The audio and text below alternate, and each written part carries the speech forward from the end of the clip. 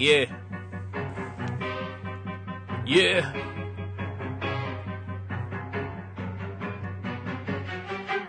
Guess who came back with a large fucking fist to eat the Brooklyn blast furnace? I brought your ugly bitch with me. Your shit is sus. Ain't nobody trying to hear you talk. When Jimmy's on the mic, they take your whack shit and turn it off. It's real life, not them stories that you punks say. He made it out alive, and he's relatively unscathed. So subscribe to the podcast and share the post and tell your stupid friends to do the same. You heard it here from Coast.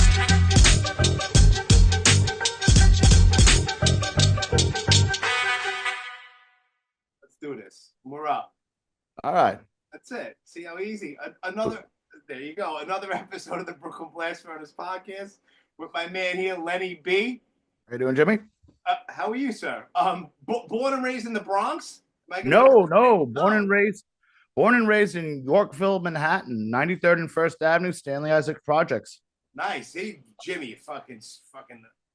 No, I know what it is. People swing and a miss, Jimbo. Listen, people think I'm from the Bronx because I've associated with so many Bronx bands over the years, so it's just one of those things. But no, I was born and raised Yorkville up and left out of there when I was 33 and been living in Forest Hills since. Queens. All right. Very cool. In bands, we'll go back from 91. It was your first band, Without a Cause, up until 94. And then Fahrenheit 451 is 95 to 2000.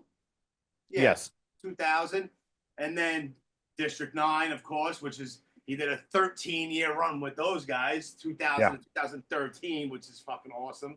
And then there's an interesting band, Dominican Day Parade, from 04 to 06. What I can remember of it, yeah. And then what I found interesting, and I eventually, once we get to this point in time, I have to ask you a little bit more about. It's got to be one of my favorite names of a band ever. You were in a pop punk band called, well, excuse me, Princess. Yeah, it's fucking amazing. From 2012 to 2014, and then I guess you took a little hiatus, or maybe you were just doing something not too serious. But then Crazy Eddie from 2017 until the present time. Yeah, I mean, there was a lot of things mixed in there, of course. Oh, there's a ton of things. There's so many one-off bands, recording projects, other things. It just, I've never not been busy. It's always just, I think there's been 1 year since 1991 where I did not play a show of some type. But since 1991, I've played at least a show till present. Okay. So I did the math at one point. It's well over 1,000 shows played lifetime. Wow. So it's a lot of shows. I mean, some memories, dude. Like I was telling someone once before, it's like I see things pop up and people send me flyers of shit. And I'm like, I don't remember none of these shows. But then I go, well, it's like fucking Groundhog's Day. Think about all these guys who fucking literally tour like the Ramones, for instance. Right. Those guys toured did in their career did 2,200 shows. Right. And I'm sure unless something serious happened at the show, it's just like I don't remember dick. Yeah, it's insane. It's insane. Yeah, I remember a lot though, but there's times where I go, I don't remember dick, dude. Yeah. It's all this and this, Of course. I just got done. We're on podcast time, but I got done a couple of nights ago recording with Scott Vogel from Terra. Oh, very nice. 22 years that band's been a band, and he just last year they were out and they played 250 shows. Last year, dude. That's nuts, dude. That's just fucking insane. Talk about a mishmash of one long fucking he doesn't. How do you remember certain things? You can't. It's impossible.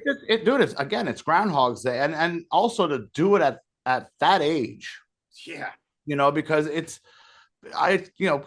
I get people asking me advice, and I said, if you do this, touring is not for everybody. No. Some people think oh, I want to go tour after depending on how you travel too. If you're traveling in a bus, or you could sort of separate. But most people travel in a van. Being in a van with other people for more than a few days, some people don't like it. I'll tell you. No, man. Some people think oh, traveling is for me till they do it. Right. I know. I was never in a band, and I never toured. I never rode along with a band on any small, short runs or anything like that. but I can tell you right now, 100%, I would not be good. People would, I would just be snapping out. I have very little patience for certain things, and it would just, like, the little things would just drive me up the wall, and it would be a wrap. I wouldn't be able to do it.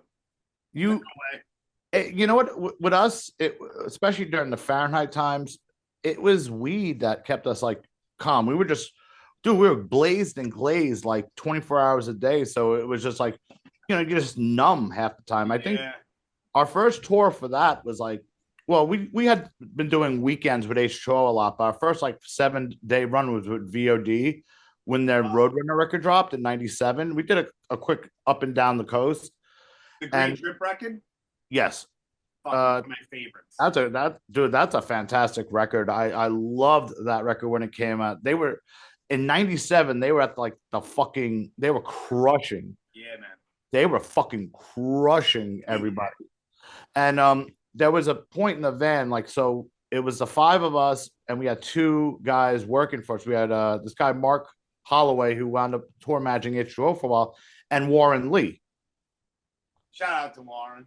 Warren tour managed us. He actually tour managed us and VOD on that run. And at some point, we wound up picking up 2 dudes that we knew to drop them off at, like, they hung out with us for like 2 or 3 days in the van. So now we had 9 people in a cargo van with equipment. Fuck that, dude. If it was, I mean, we were literally laying on top of each other, but it was like we smoked in 7 days. We smoked 6 ounces a week. Oh yeah, I believe it. It never stopped. It was just like, it's like you'd be done all of a sudden, be like, yeah, dude, what? I can't even fucking breathe. No, it was fucking terrible. That, we were also young and dumb and fucking, you were indestructible in your fucking 20s, Dude, yeah. Nothing could kill you. Nothing. I don't know how the fuck I'm sitting here talking. Exactly. I still wonder where the fuck yeah, that's a whole fucking thing, man. Jesus it's like Christ. the amount of weed we smoked too is like we were just always stoned. It was like, it's like, and I haven't, at this point, I think I haven't smoked in 14 years. Yeah, I'm a little over 10, almost 11. I haven't smoked, and I don't miss it. I used to get paranoid. Fuck that, man. I feel like I'm gonna have a heart, especially the new shit that these kids are smoking today. I don't want part of it. I don't know part of it. Well, it's funny. So some of the guys in Crazy A smoke weed, and they would tell me, I was like, dude, the weed has changed so much in the last like 5 years alone. I mean, it was changing 10 plus years, but 5 years alone, it says it's gotten way stronger. And I'm like, I don't do it for a bunch of reasons. I get piss tested, so it's just like, there you go, money or work. I'd rather work, and right. Of course. But fuck that shit. But yeah, I don't really miss it. I mean, I'm sure once I retire, I'm gonna fucking dabble with it again. But yeah, why not? That's another 8-9 years down the fucking road. Yeah, you have nothing to lose. I mean, there's priorities. We're not little kids. Yeah, it's called being an adult. Yeah, all that. It's a fucking trap, but you got to do what you got to do. Yeah. So let's go back to old New York and before Without a Cause. Into your headspace where you grew up, your first memories of fucking insane New York, because I have a whole bunch of them from back then. Oh man, not as early as you, and I'm not calling you old because you don't. No, you're only a couple of years younger than me. Yeah. But yeah, so I grew up actually in a little neighborhood, Yorkville. First 3-4 years of my life was in a tenement on 94th Street, and then we moved on up to the projects, which actually at the time, the projects was like the place you wanted to go because they were still like only 15 years old. So everything was still new. They still knew everything. And then eventually watched the projects fall apart because New York City can't manage a fucking phone book. Right. Very true. Some things haven't changed. No, they've gotten even fucking worse. But old New York was just well, I'll tell you my first earliest memory. And so my first earliest memory that I can remember was the 77 blackout. My father and a bunch of guys from the neighborhood used to play softball, and there was a softball field underneath the Queensboro Bridge between York and First, right off of York Avenue. So we're leaving, and we're driving up 59th Street. We made the right, and you have to go, you go underneath 59th Street Bridge. Yeah. The minute we got under the 59th Street Bridge to come out from underneath it, all the lights just turned off like that. And you remember that like a movie in your head. Yeah, that because it was like, it was kind of like, wow, do it again. It was like, Yeah.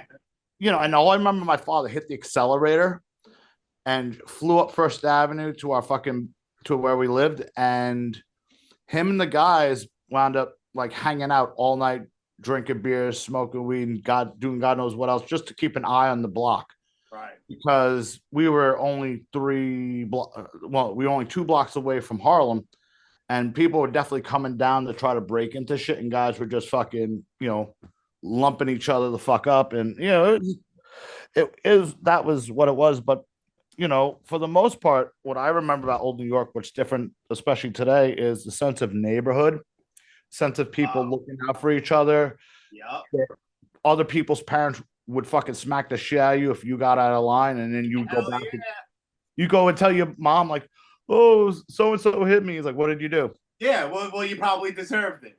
100%. And the thing is, if they went and the thing was, you knew to stay silent, because if they decided to give them a call to find out what you did, you'd get another ass whooping. Yep.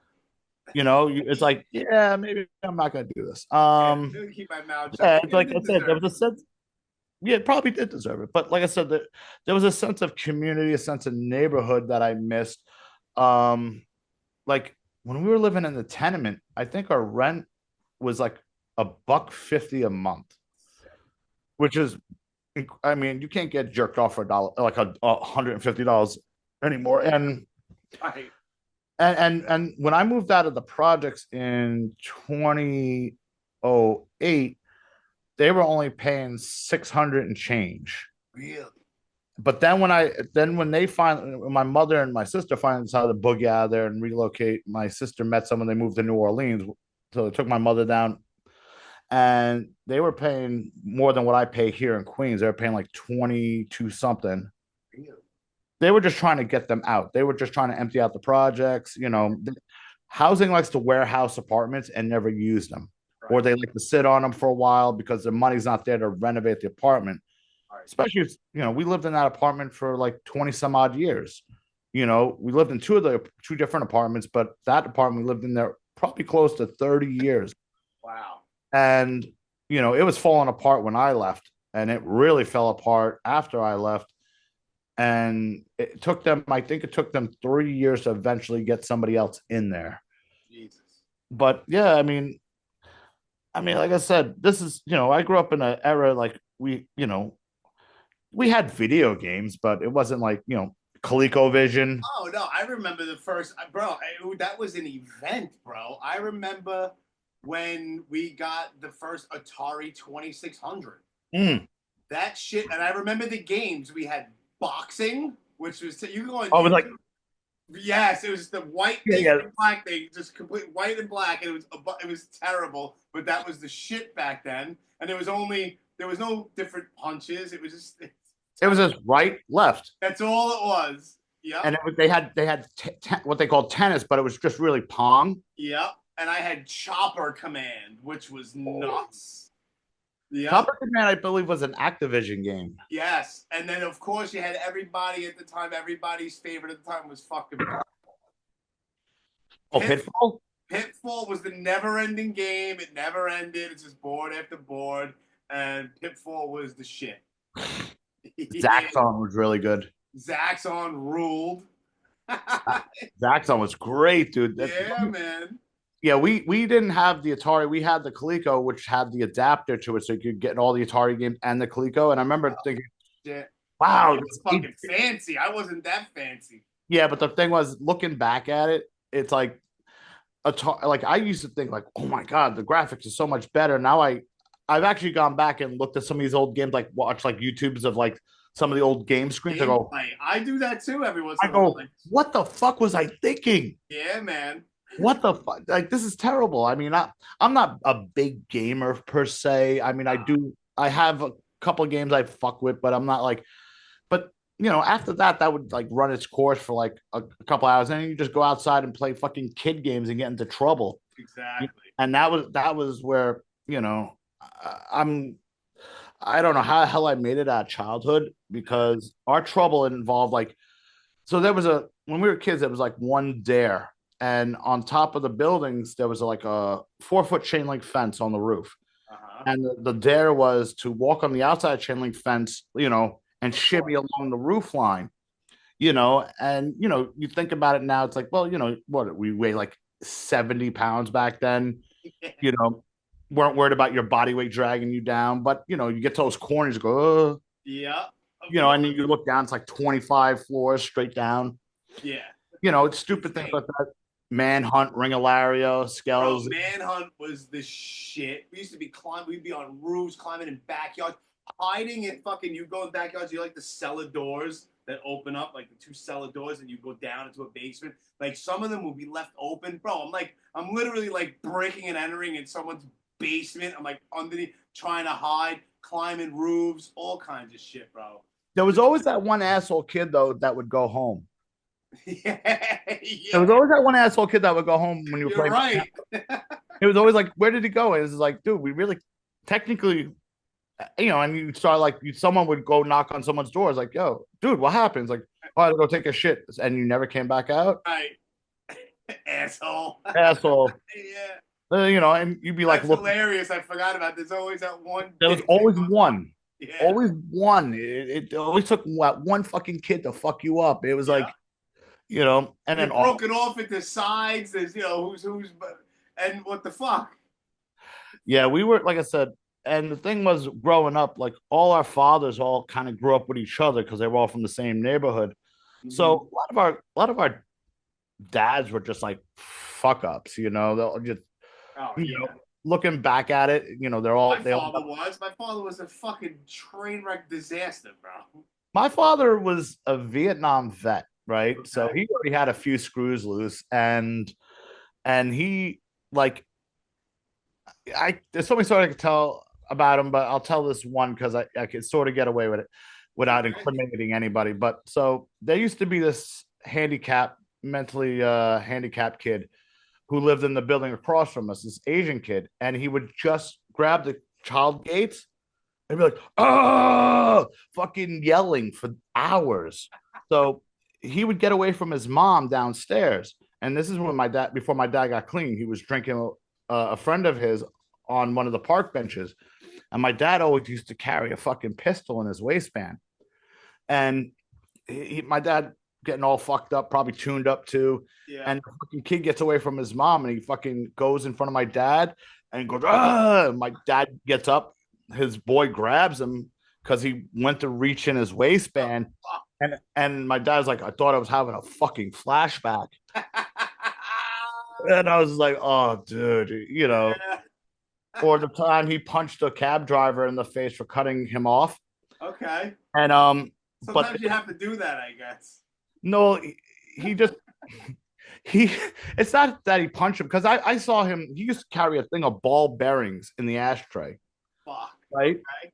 And he would just fucking break people's windows if they pissed him off. So he had my mother in the car, and it was my grandmother's car. So this cab driver cuts him off, and he fucking, the cab driver stops at the light, stops behind him. He walks up to him, and he looked at me, and it's an Asian man, and he goes, remember Pearl Harbor? And he cracks the dude in the face. And my mother starts bugging the fuck out. She's like, Lenny, what are you doing? It's like, he's gonna take the place. Like, fuck it, it's my mother's car. Oh shit. That's the type of mentality he had. He was just like, but bro, the club was wild, bro. Everyone was unhinged. Yeah, everyone was a character. That was what it was. Yeah. Even if you weren't a character, you were a character. Yes. If you weren't a character, you were like labeled like the weirdo kid, but that was also because then you became another character. Exactly. You might have not been as insane as like the kids who fucking would like go uptown and cause trouble and run back. Because that was a thing too, where kids would fucking like ride their bikes up to Harlem, fucking cause trouble, ride their bikes all the way back down. Sometimes they'd have a crew of kids chasing them, and then there'd be a fight. Yeah. I think the funniest thing I ever saw is the kids from the East River housing projects, which was on like 98th or 99th Street and First. They got into hockey, and all our guys got into roller hockey, and it was like 5 minutes of hockey, 30 minutes of fights. Yeah. Sounds It was about right. yeah, it was like boom, boom, and it was just no penalties are being called. Nobody's breaking it up. No. Also, like guys would just kind of get winded from like swinging at each other. Like, all right, let's get back to hockey. And like 2 minutes later, someone would be like, someone would fucking Dave Brown someone to the face, Yeah. and fucking and it was on. It was just like, dude, are they ever gonna play hockey? And nobody kept score. It was just like, I guess nobody won. It's all right, good game. See you later. Yeah, and now you know what's fucked up? You don't see nobody out no more. No kids. Nobody's playing sports in the street. Not It's like that. It's so far in between. It's more organized now through schools and programs. Like my cousin Kara, her eldest son Garrett's playing like is goalie, playing ice hockey.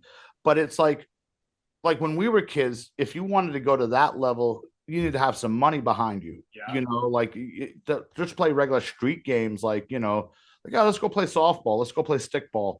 Go call for your friend, meaning go and ring the doorbell. Go call. Oh, I'm going to call for so and so.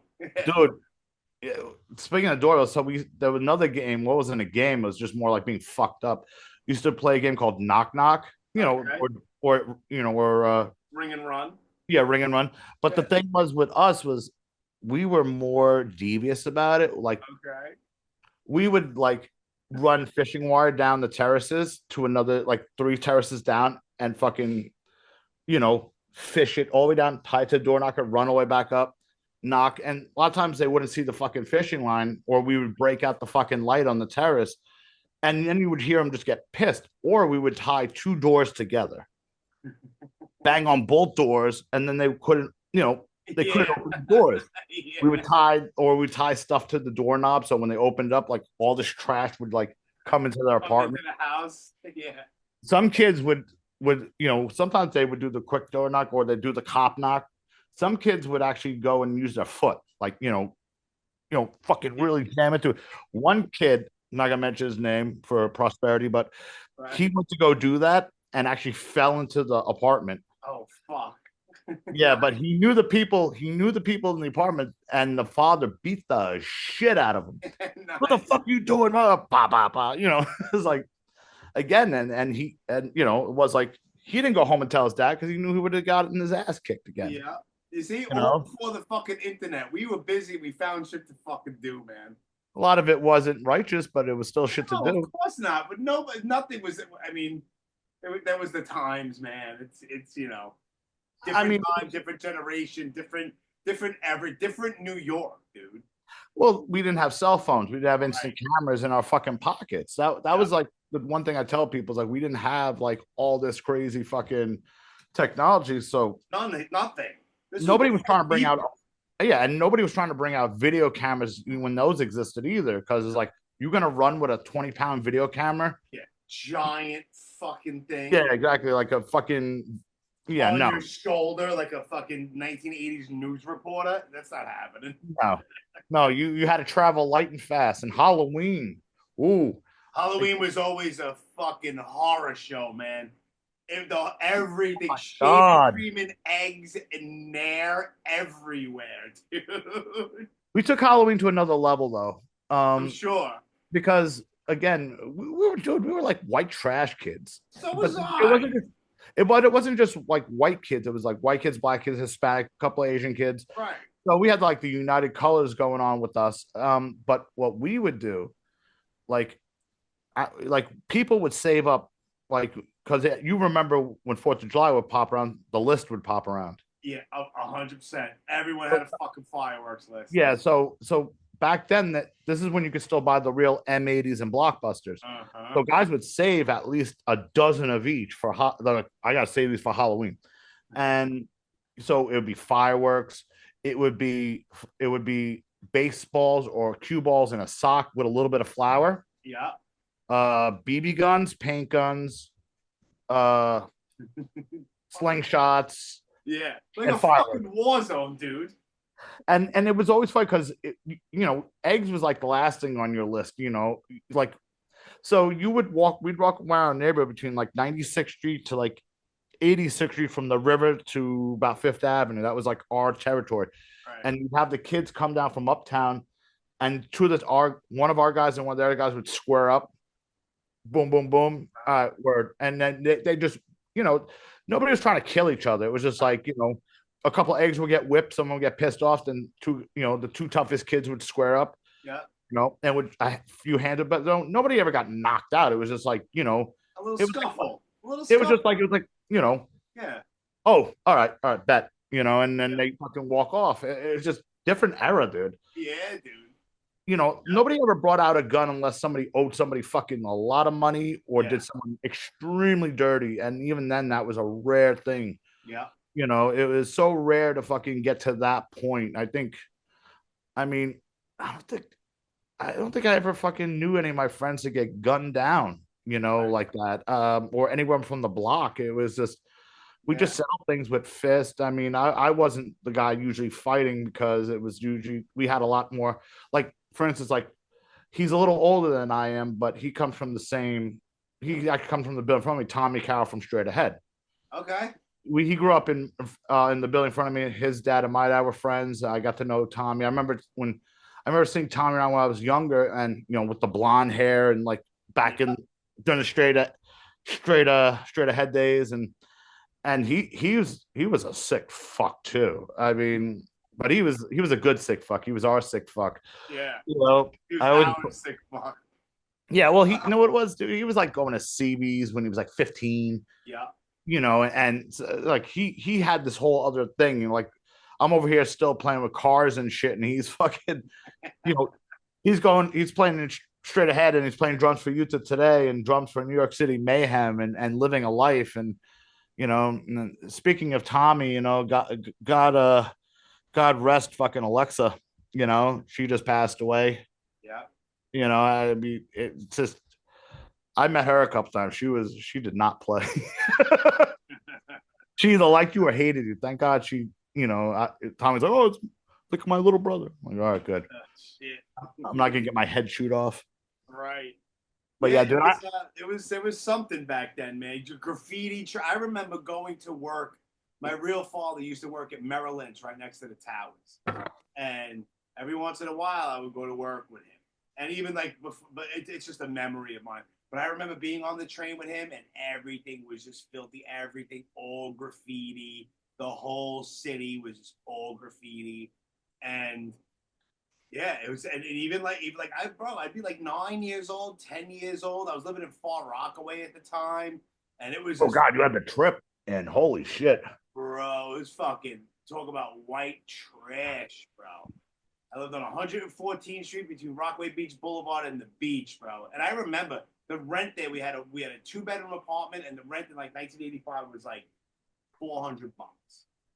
So you were getting on Beach 116 to come in. 116. Oh my God, dude! To Trade Center.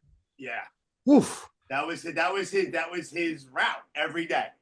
What is that? About an hour train ride minimum? Probably. It was so long. I don't remember how long it was. That's I just remember a train ride, dude. Decorations, man. It was just. There was a lot to fucking take in. That's for sure. And it was a shit show. 1984, 85, 86. And then I realized, because I was like a latchkey kid, my father was out there doing his fucking thing. He was getting high. He had a brother, my uncle, who was a maniac. I was in and out of the house whenever I wanted to. You know what I mean? I was like, I had my own little key around my little ball necklace. Yeah. And I would be out and about. And then I think back, I'm like, yo, my father like let like his 9-year-old son like roam the streets like literally in the middle of the fucking crack era. And I'm fucking running rampant during the crack era. Dude, just like everything is sweet. Yeah, well, know what it was? Like, we had some dudes that we grew up with who got addicted to crack, but they really wouldn't steal from you. They would steal from others. Yeah. But that really fucked up a lot of people's lives. And it's funny looking back at the trains, because people always talk about, how bad it is now, how bad it is then. And there's certain things that are different about the badness. First Exactly. off, everything is being reported because everyone's got a phone. Right. You know, and that's number one. Number two is also like we have a lot more mentally unstable people just out in the world. It seems like back then, yeah, you'd have the like nowadays. I get on the train to go to work. Like I'm working all over the place, so my adventures take me everywhere. Well, I'm on the train every day. Yeah, It's a shit show every day. yeah. Like next week, I think I'm gonna be over at Church Avenue doing the stairs for the station over there. But but every day, like there's at least 2 to 3 people sleeping sprawled out on the benches, and I don't remember that as a kid. Yeah. I don't remember people just like living on the train like that. I remember like, you know what it was? I think when they started clearing out the Freedom Tunnel. Okay. Over on the west side when they Yeah. reactivated the Amtrak Yes. tunnel, a lot of people all of a sudden got kicked out into the world, at that, and they stopped, mental hospitals stopped becoming a thing. Yeah. They sort of shut a lot of those things down. A lot. And it just, the world was everyone's oyster. And it just, I tell people like 42nd Street, I was like, it's a different type of bad now. Yeah.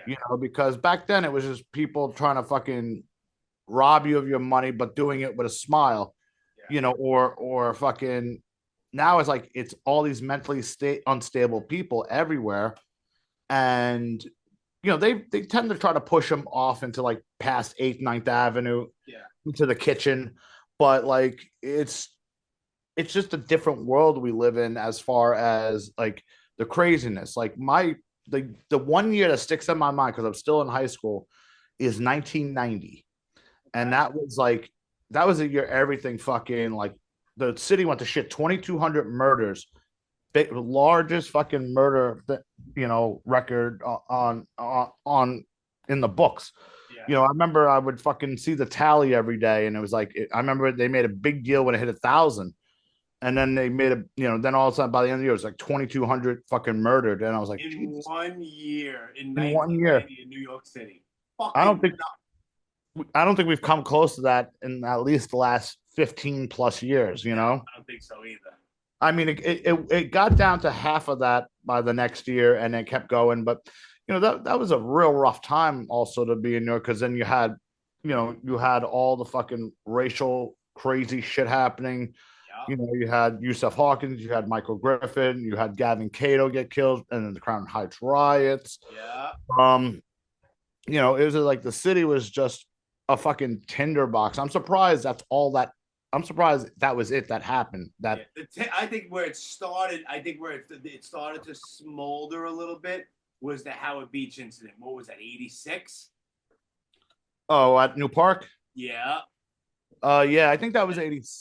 I want to say I was 86. Yeah, I want to say that was 86. I remember that big time. That's like one of my first like big news stories. I really remember. I remember Chernobyl was a huge thing. Watching the news, the Chernobyl disaster, and the Howard Beach incident was like the biggest shit. I mean, all the adults at dinners, everything, everyone discussing, like arguing and this and that. Like it was a fucking thing, dude. New York was definitely on a trajectory where it like it could have broke out big time and been more than just what it was like. But there was always these eggshells that everyone walked on, and know what it was. I think it was again, because now you look at Howard Beach, it's it's not predominantly Italian anymore. It's a mixed bag, and which is fine. But like out here, for instance, where I live, we have a lot of NIMBYs. It's most not in my backyard. Lots of them. George Carlin fan, are you? What? You George Carlin fan? Yeah, I'm familiar with the term. That's where I learned it from George Carlin. Yeah. It just you like they talk about like like, oh my god, there's people panhandling the street. It's like, hey, do you get out of the neighborhood often, because this is like everywhere? Yeah. Oh my god, what's going on with the graffiti? There's this graffiti and that. I'm like, dude, again, not like not fucking just to our neighborhood. Get outside of the neighborhood. Go a block or two over, and you'll see it's just as fucking bad, if not worse. Yeah, man. Again, it's just a weird. We're living in these interesting times. I think everyone seems to forget that for the most part, people, especially who are born here in New Yorkers, we're a real resilient bunch and we'll deal with a lot. Fuck yeah. You know, and I think when people started moving here in droves, like when people started moving in and then bitching that, you know, they moved over a club or a bar and then they were like, I'm calling city council to get you guys closed. And you're like, what? You know, and that's happened to so many bars and clubs over the years where people just are bitching about, oh, the noise. Like, Dick, you moved in. Yeah. And that happened everywhere. Noise and this and that. What the fuck, dude? I think that was like one of the reasons Manitoba's closed. I'm sure. You know, I think the person actually ripped up the soundproofing between the floor just to have a reason to bitch more, if I remember correctly how that story went. It's just a fucking weird world we live in. Everyone wants people. It feels like this, like when people used to come here, when they used to move here from wherever, they would embrace the culture of the city and the heartbeat of the city. And now I feel like a lot of them, they come here and they want to change it to what they're used to wherever they came from. Right. Instead of embracing. Why move if you want it to be exactly like where you just fucking came from? Like, I mean, I get it. I understand some of the, like, you know, all right. So like bike lanes, for instance, not the biggest fan of bike lanes because I grew up without bike lanes. You had to watch where you were going. Right. You know, I mean, I think it's crazier now because now you have Ubers, you have twice as many cabs on the street. They usually drive like maniacs still. And they fucking, you know, and now there's bike lanes everywhere. Parking is fucked up. Everyone's like, oh, you don't need a car in New York. It's like, dude, ever hear of a transit desert? Most of Brooklyn and Queens are transit deserts. Yeah. Like right now, they're putting up a bill for what they call the Queensway. And it's much worse than Brooklyn. Queens, especially when you get more to like College Point, Whitestone, yeah, man, Washingtonville, and a few other spots like there. And then between Brooklyn and Queens, you know, there's like nothing. And anyway, they're talking about reactivating. Well, originally they were talking about making an old Long Island Railroad branch into a park. And now they're doing a study which they're going to look at a rail option that goes north to south, south to north, you know, which would make more sense. And I'm like, dude, no tourist is going to come here because they're like, oh, it'll be like our High Line. I'm like, bullshit. Right. Like, dude, we live in the outer boroughs. Right. People might come to see the world's fairground. They might go to Coney in the nice weather. Right. That's about it. No one's coming here to fucking, or they might go like to check out like one of the like random hyped up fucking pizza joints or. Right. Yeah. They might go to like L&B, Spumoni Gardens. But other than that, like, you're not walking around. You walking around Bay Ridge? Like, what are you doing? You walking around Sheepshead Bay? What are you doing? Like, you're not. It's like, it's like, I came out to check out Pizza Wagon. Right. No. That's like 5 blocks from where I'm sitting right now. Great spot. No, I like Pizza Wagon. By the way, went to the new Spumoni Gardens. It's not the same as the one on 86. Oh, I've never been to any other one besides the one on 86. Yeah, well, they just opened the one underneath the Brooklyn Bridge there, the new spot. Okay.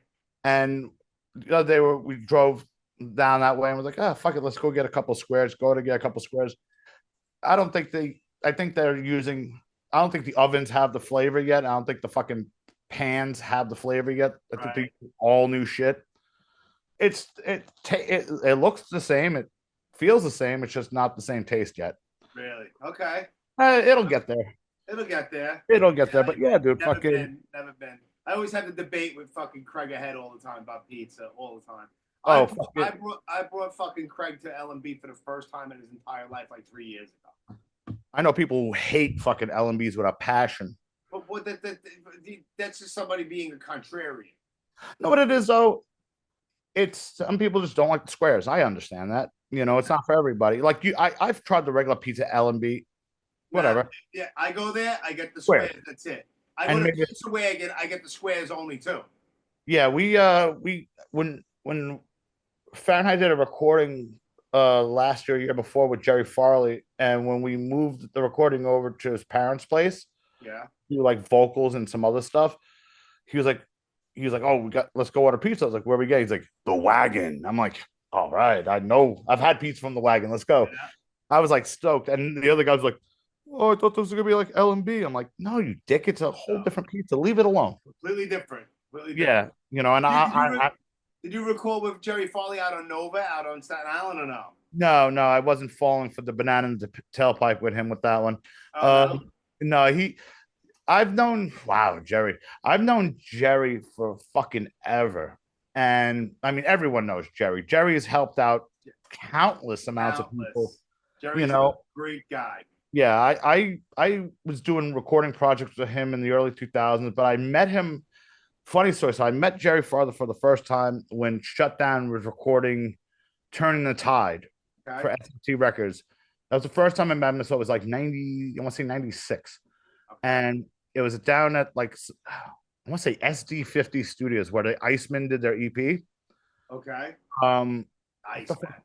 Yeah. Noah Evans, it was his studio. And it was like in a sub basement of like this building. It was like, it's a famous building downtown. It's like full of musicians and artists and whatever. And he had a fucking like a studio no bigger than my living room, just crammed full of shit. So I go down there, like Kevin and Gil's like, oh, come down that we're gonna do backup vocals. We need some people. So I go down there and it's me, Jerry, and a couple of the guys from Shutdown. And I think I don't know who else was down there. But anyway, so me and Jerry start fucking smoking weed in the studio. Right. And we just start, I don't know why it took forever to do the backup vocals because we're so stoned. And there was a certain lyric Mark kept saying before the chorus, and me and Jerry just started busting out giggles. And I was like, wow, we're stoned to death doing like straight edge backup vocals. Right. And I always joke with Mark about it. I'm like, dude, I was like, how does that feel? He's like, I didn't care. I was like, yeah, but you guys were getting annoyed because me and Jerry were blowing takes. Yeah. But we'd be like, all of a sudden, right before the fucking chorus comes, we're like, yeah. We couldn't stop laughing. And then from that point on, it was just, I got to know Jerry more and more over the years. And we wound up recording someplace over in Red Hook. I don't remember the name of it. Okay. With Fahrenheit. We did the bass tracks and the drum tracks there because he wanted to do it in a real studio. And then we took everything over to his parents' place. And we did all the guitars there and the vocals and everything. And, did those 2 songs that came out and, Yeah. I mean, we really didn't even need to be honest with you, Fahrenheit really didn't need to even record anything new. It was just like, it was an exercise to see if we could still do it. Yeah. And I know Jerry had offered us Nova, and I'm familiar with Nova from other people recording there, but I was like, I was there a couple of times. Yeah, for the Sigma Records. Yeah. Yeah.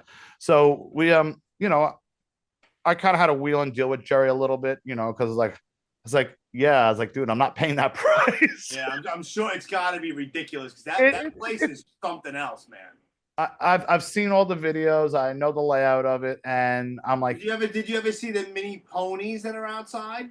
I've heard about the mini ponies. I've also heard about the sauna and the fucking hot tub. Yes, those are there as well.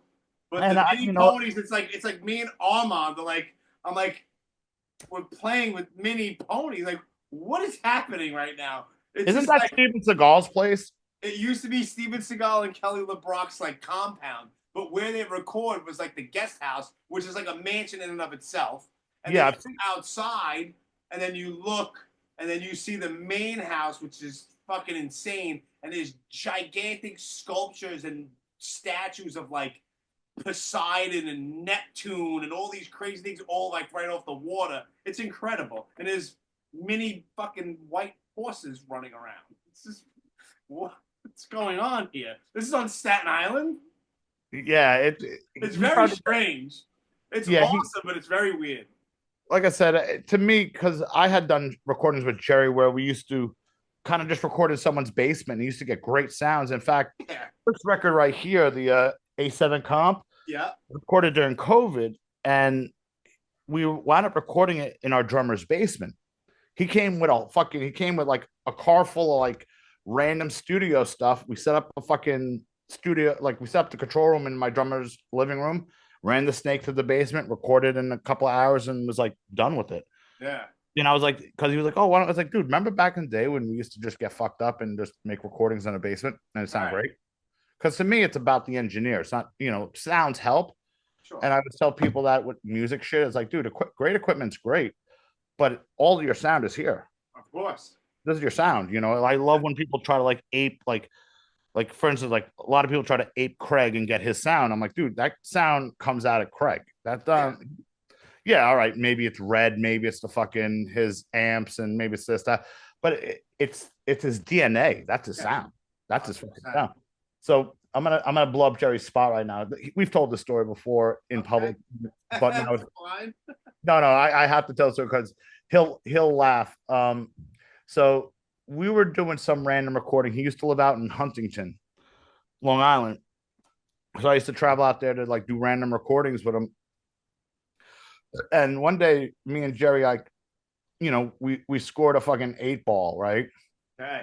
And Jerry, I hope you're listening to this without your children around.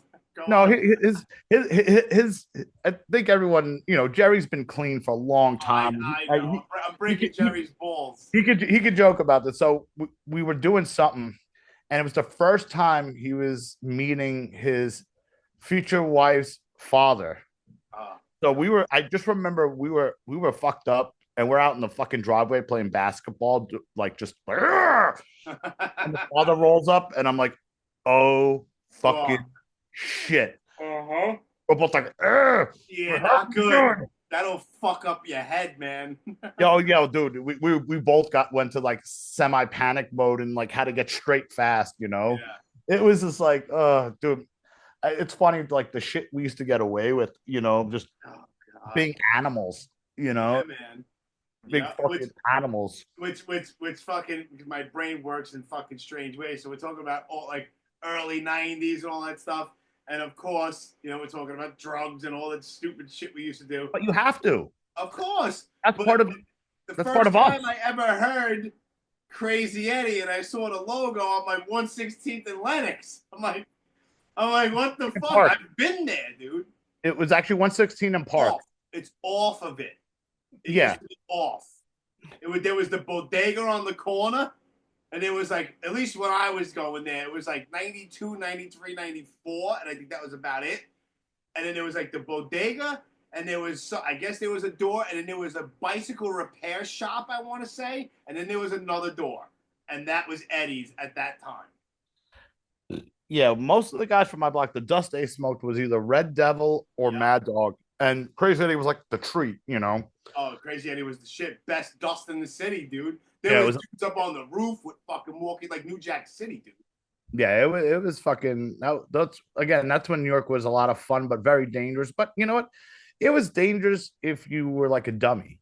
Right. If you were street smart and knew how to like handle yourself, 9 times out of 10 people would sort of leave you alone unless just random shit just happens. Right.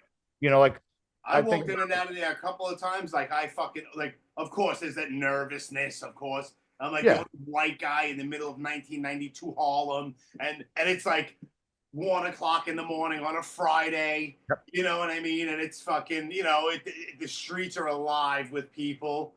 And there I am, and I walk in there like I fucking own the place, but not too cocky. Know what it is too, because those dealers knew that, you know, they would kind of give the heads up, like, don't fuck with my fucking money, don't fuck with my, you know, my customers. Right. So that's why they would, like, you know, a lot of times they would sort of give dudes a pass. Yeah. You know, now a few blocks away, maybe they wouldn't. Maybe they'd follow you for a couple of blocks and roll you, but you know, a lot of times you were given a pass in front of the spot. Yeah. You know, and then, you know, the eventual rage where people would scatter like roaches. Yeah, man. On the watch. But yeah, dude, like I said, just it's a different world. It's a different world we live in. We live in a security blanketed fucking, everyone's got cameras everywhere. Yeah. I'm like so glad that cameras didn't exist when I was a kid. Because I think about all the different shit, like we would have just ratted ourselves out like how it happens now. Yeah. There was an incident. Don't want to say the incident because it's fucked up, but about a dozen kids on my block got locked up for something right around the time the Central Park 5 got locked up. Ooh. So they all went to Spofford originally, and the Central Park 5 were still in Spofford. If anyone's watching, Spofford was the fucking juvenile detention center. Yep. And And it has a fucking brutal fucking reputation. it did. Spofford was fucked up because this is before computers were really a true to life thing, and you can lie and say you were fucking 16, but you were 24. So there'd be predators in there constantly. So anyway, all my guys stuck together when they were in Spofford, and they said, dude, the shit that those kids went through, the fucking 5 kids from the Wilding incident. Oh, He said, dude, it was unreal. They were just getting beat up every fucking day. They were getting their fucking shower shoes taken. They were getting fucking just herbed every day because they were on the news. And it was just like, I just was like, that's fucking terrible, and most of my guys got out within, a couple of weeks. A lot of them just did what they had to do. But those kids, they said the time that they were in there, they were just getting fucked with, like, religiously. Like, they were just getting beat up for. It'd be like, give me your slippers, because they had already stolen their fucking sneaks. Of course. And they kept issuing them fucking Quick. Yeah, and it was just like everything. They were just getting herbed left and fucking right. Did you see the documentary, the series on Netflix? I did. It was really well done, bro. That shit was fucking crazy. It was fucked up, dude. I mean, because I remember that fucking. I just remember them, until she revealed who her name. It was always the Jogger. She was referred to as. I remember that shit big time in the news, man. The Jogger, and that was like around this. Then like I think a couple of years before that was the Robert Chambers thing. Oof, with Jennifer Levin. Yeah, man. That was in my neighborhood. Yeah, here's a creepy thing. I can actually send it to you. The shit that I do where I superimpose shit. Yeah. I've been to the Jennifer Levin tree, like right there. It's behind the museum. Yeah, which is wild. Is like because I remember like maybe 5 years ago, me and my wife, we went to the Met, and we were like, it was like, let's go get something to eat. And I was like, oh, we'll go to Dorian's. Oh, that's the last spot she ate. Yeah, and I was like, and I had to tell her everything. I was like, oh, Dorian's. I was like, this was blah blah blah blah blah. And I was like, and it was just like, I've eaten there too, just for that reason, because I'm a fucking weirdo like that. I mean, I had eaten there prior to that, even after that happened, and it was kind of like, it, didn't really think of it until I gotten older. Now I'm like, oh shit, this is, this is that spot. And they walked up probably 84th Street to get to the park. And, I was like, wow. That was a fucking whole crazy fucking time too. I remember all that shit in the news. And then he was out on bail. It looked like he was gonna beat it, and then he did that stupid fucking video with the Barbie doll. Yeah. And I was like, fucking idiot, dude. What's wrong? That's what I'm talking about. Cameras get you in trouble. There you go. And that had to have been a giant video camera. Yeah, it wasn't like your phone. It wasn't like this, like I'm checking my thing, but I'm getting you. Like that was probably like a full size like VHS camera. Yeah, like JVC, big fucking full fucking videotape in it. Yeah. With a bright ass red light blinking. Absolutely giant microphone sticking out of it. Dude, people are stupid. Like I said, he deserved to get fucking caught. Yeah, you're an idiot. You're just an idiot. Then he got out and he got busted for, I think, selling coke. Yeah, his whole place. I've been to that house too, not actually inside, but the building itself, doing the shit that I do. And yeah, he got all raided, and he got fucking He's out now though. Yeah, he's back out again. It just it's like, you dumb fuck. Yeah, what a fucking idiot. It's like, all right, bad enough you fucking murdered that girl, and it's just like, he was just a scumbag yuppie from the neighborhood. Yeah, absolutely. They're no better than any of us. They're just assholes. Yeah. He thought he'd get away with it, Oh my God. But I loved, like I said, I loved my fucking neighborhood. It was just anything that could happen would happen and did happen. And you never know when it was going to happen or what exactly was going to be, but it was going to be something. Life was a lot simpler when you were fucking like in the 80s for some reason. It was a little dangerous, but I never felt like I was gonna get like every day I had to be like, I'm gonna get jumped. You had on a swim. Like I said, like I was like 9, 10 years old running around Far Rockaway in the middle of the crack era. And I've seen crazy shit. I remember cop cars everywhere and fucking commotions and all this shit. Like, and there I am just walking with a bunch of my fucking other broken home friends who were white trash and they had no parents, or this parent's strung out and this one's a crackhead, and it was just a whole gang of fucking dirty white trash kids running around Rockaway. Like, it was cool. Yeah, I had a ton of fun. You know, back in the day, you'd find a couple of refrigerator boxes, build a clubhouse. Absolutely. And it would last for maybe a week or two until some bum either took it away or the rain destroyed it. Yeah. You know, we had a couple of dudes who would build bicycle and skateboard ramps, like half pipes. Yeah, yo, me too. In Rockaway, like giant fucking half pipes in like an empty lot. Yeah, and it would last for sometimes like a good amount of time until someone's like, why is that here? And the next day it's just gone. Yeah. The next day it's just gone. Yeah, man. Another big thing that we used to do was we used to fucking, this is fucked up. Oh well. Gonna tell it anyway. So we used to have these 2 community centers in the projects, right? And every night the guy would come and deliver bread for the one community center so they could make sandwiches and everything for the old ladies in the morning. And I think he showed up every night around 11:30, and he had to walk about 200 yards. So it was the guy Fink. Fink was the name of the bread company. Okay. And he would fucking pull up, and all the kids would hang out the window waiting for him. And it would just be everything from eggs to BB guns to marbles. To batteries and shit. Batteries, dude. And you would just hear things ricocheting off light posts and the floor. And these are kids that are up on like the 17th, 18th, 19th floor. Dude, that'll fucking kill you, bro. Yeah, and we're just winging shit down. Fucking just, that was like a big thing, throwing shit out the windows when we were kids. We were little assholes, bro. Dude, and it was like, it wasn't just like maybe 3 of us. It was like 20 of us. Yeah. Oh, so it's just like guys getting shelled from the fucking apartment dude. windows. It was just like I look at that, I was like, dude, like what would have happened if someone would actually caught him? Right. You know, like if someone fucking, like with like a fucking marble, like the marble, like fucking kill guy. We weren't thinking about that. No, you weren't thinking about that. But then you'd have the kids with like the fucking real, the high-powered BB guns, and you would just hear ping, ping, ping, ping, ping. You're like, Jesus Christ. You had the guy with the actual pellet gun, which was even worse. Dude, we had a kid once shoot this girl, like from like 20 feet away, like point blank in the face with a pellet gun.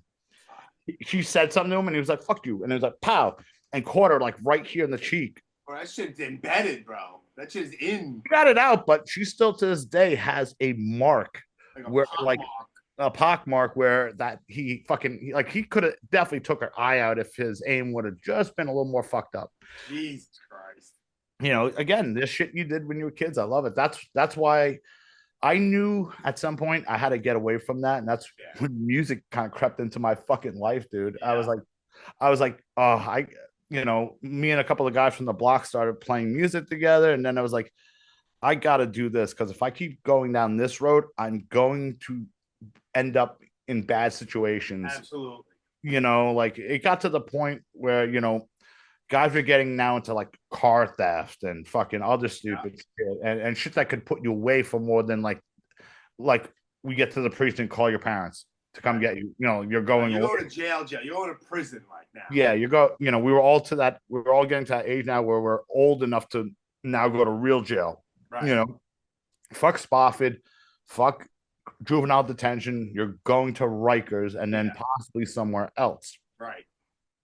So we just wound up playing there, and so we just wound up getting, me and a couple of guys from the block started a band, and then they morphed into just like Without a Cause, which it's funny because I find like my early musical experiences and innocence. Always guitar for you? Always. I mean, I could play bass. I mean, anyone who plays guitar could play shitty bass. I kind of know how to play drums.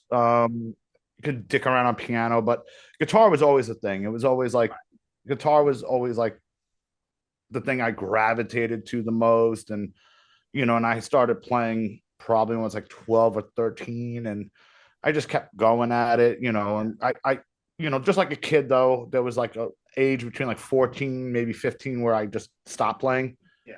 then jumped back into it, and then the next thing I know, I'm in a fucking crappy band. And I listen. The Without a Cause stuff was actually a lot of learning experience, but my favorite thing was when everything was still so new, like going to your first show and like the excitement of it being new, like going down to the Marquee. The Marquee was a great fucking club, man. I dangerous. So many fucking good shows in there. Were you at that Sheer Terror show? I never saw Sheer Terror at the Marquee. No. All right, so there was this incident, like my first show. Well, technically, I had always gone to arena rock shows, and I had seen some bar bands with like my dad and shit like that. Right. But the first like time I actually went to the Marquee, and I don't consider this my first hardcore show. You can and you can't. Right. It was Biohazard fucking opened up for Creator, I think it was. Oh, it was that tour? Yeah, it was like early '91, and it was more of a metal show, and Biohazard happened to be on it because I think some band, another metal band opened the show, and this is like they came out to the Warriors theme, and Bobby was still using the graffitied fucking Les Paul copy thing. They were still, the record had been out for maybe a couple of months. Yeah. And they were still getting their shit together. They were on their way to take over. But my first real hardcore show was the Boogie Down production show with Sick of It All Burn and Rest in Peace. Really? Okay. That show was fucking so violent. And where was that? Marquee. That was at the Marquee. Okay. Marquee. And it was just this is before people were like, embracing different shows. Yeah. Like I remember like later in the 90s, you could have hip hop bands play with ska bands, play with an alternative band, play with a hardcore band, and everyone just was like, this is cool. Right. The Boogie Down Productions fucking crowd was not feeling the hardcore, and the hardcore guys were not feeling Boogie Down Production people. It was just, I remember watching. I wish there was footage of that. I don't think there's any. I would love this. I've never run across it. Yeah, me neither. By the time we got in there, I saw the last two songs of Burn. Then I watched Rest in Pieces play, and they were excellent. And then Sick of It All came on, blew the fucking place up, and that's when it got really wild. And there were a few fights between fucking the different factions, and then I think there was a fucking leaving the place. There was a few fights in the street. I'm sure. And I saw a few other shows there, but I think the most violent show I saw there, I want to say it was a Killing Time opening for Sheer Terror or vice versa. I don't remember. Okay. But like when they always talk about the the 8-ball in the sock. Yes. People always talk about that, and it's like this myth. Yeah. It wasn't an 8-ball. It was 2D batteries. Oh yeah, that'll leave fucking mark. So I just remember like I want to say it was during Killing Time, they fucking came on, and who was swinging it? It's probably Saab. Okay. Probably fucking Saab, knowing Saab. I had very, very close, but the first person that popped in my head was Minus. Well, it was going to be one or the other. Those guys, right? Exactly. Those guys are like fucking menace. Yeah, they're great guys. I got to know Saab later on in life, and me too. And he was actually a great dude. He was a great dude, but like I told him a couple times, like when we hang out, like you're wearing a fucking asshole, bro. He probably laughed. He punched me in the face at one show, like squared up and just like pow. And I was like, oh shit, what happened? What did I do to him? And I realized it was just his MO. Yeah. But yeah, dude, fucking someone. All I remember is like all of a sudden I see sock. Rest in peace, Saab.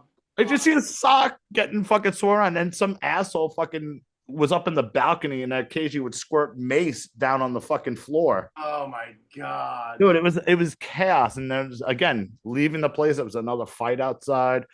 I think some of the early DMS guys or some of the here's a fucking name you probably haven't heard of. Some of the BYB boys. Of course, that shout out to Les. Some of those guys, you know, they're just Of causing course. wreck, and you're just like, dude, what are you know, again, those were fun, scary, Yeah. interesting days. Like I tell people all the time, I was like, dude, you don't understand how violent those like early '90s shows were. Early '90s shows were fucking violent. Like, dude, like fucking. I saw there was so many early DMS guys and the DYB guys. It was. I don't. It was. I accidentally. They weren't even on the bill, but it was a hip hop show at the old Ritz, and I'm standing there, and the bill was House of Pain, Ice T, Public Enemy.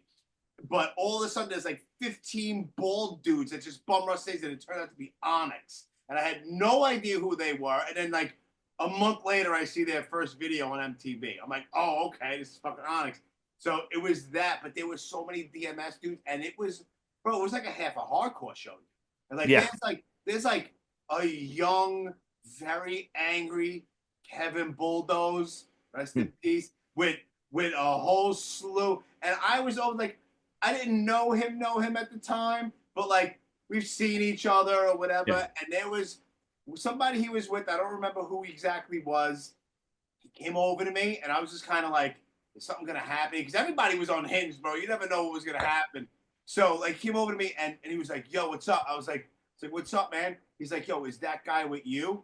And he pointed to some random guy. I was like, "Don't even know that dude because he wasn't with me." And then next thing you know, that guy just got fucking pummeled for whatever reason. I'm like, I don't know. I guess I'm cool with these guys, but I don't know. But it was, you were on edge at those shows, hardcore shows, all of it, all the time. So the old Studio 54 shows were also very fucked up. You know, like I I remember there used to be this one dude, and we used to call him Danny Danzing, right? So he had this black slick backed hair, and he had armbands on, right? And he would just like be dancing by himself in this little pit. And if you tried to join in with him, he would fly kick you in the face and then pick you up. Really? Like he would like punch you in the face and be like, he'd walk over and you'd be like thinking he's gonna like finish you off, and he'd pick you up, like dust you off, and put you back into Was he place. like an Asian dude or like a Filipino guy? I don't know. There's He one looked white to guy. me. There's one But guy. he was stocky. He was like fucking Okay, big. definitely wasn't this guy.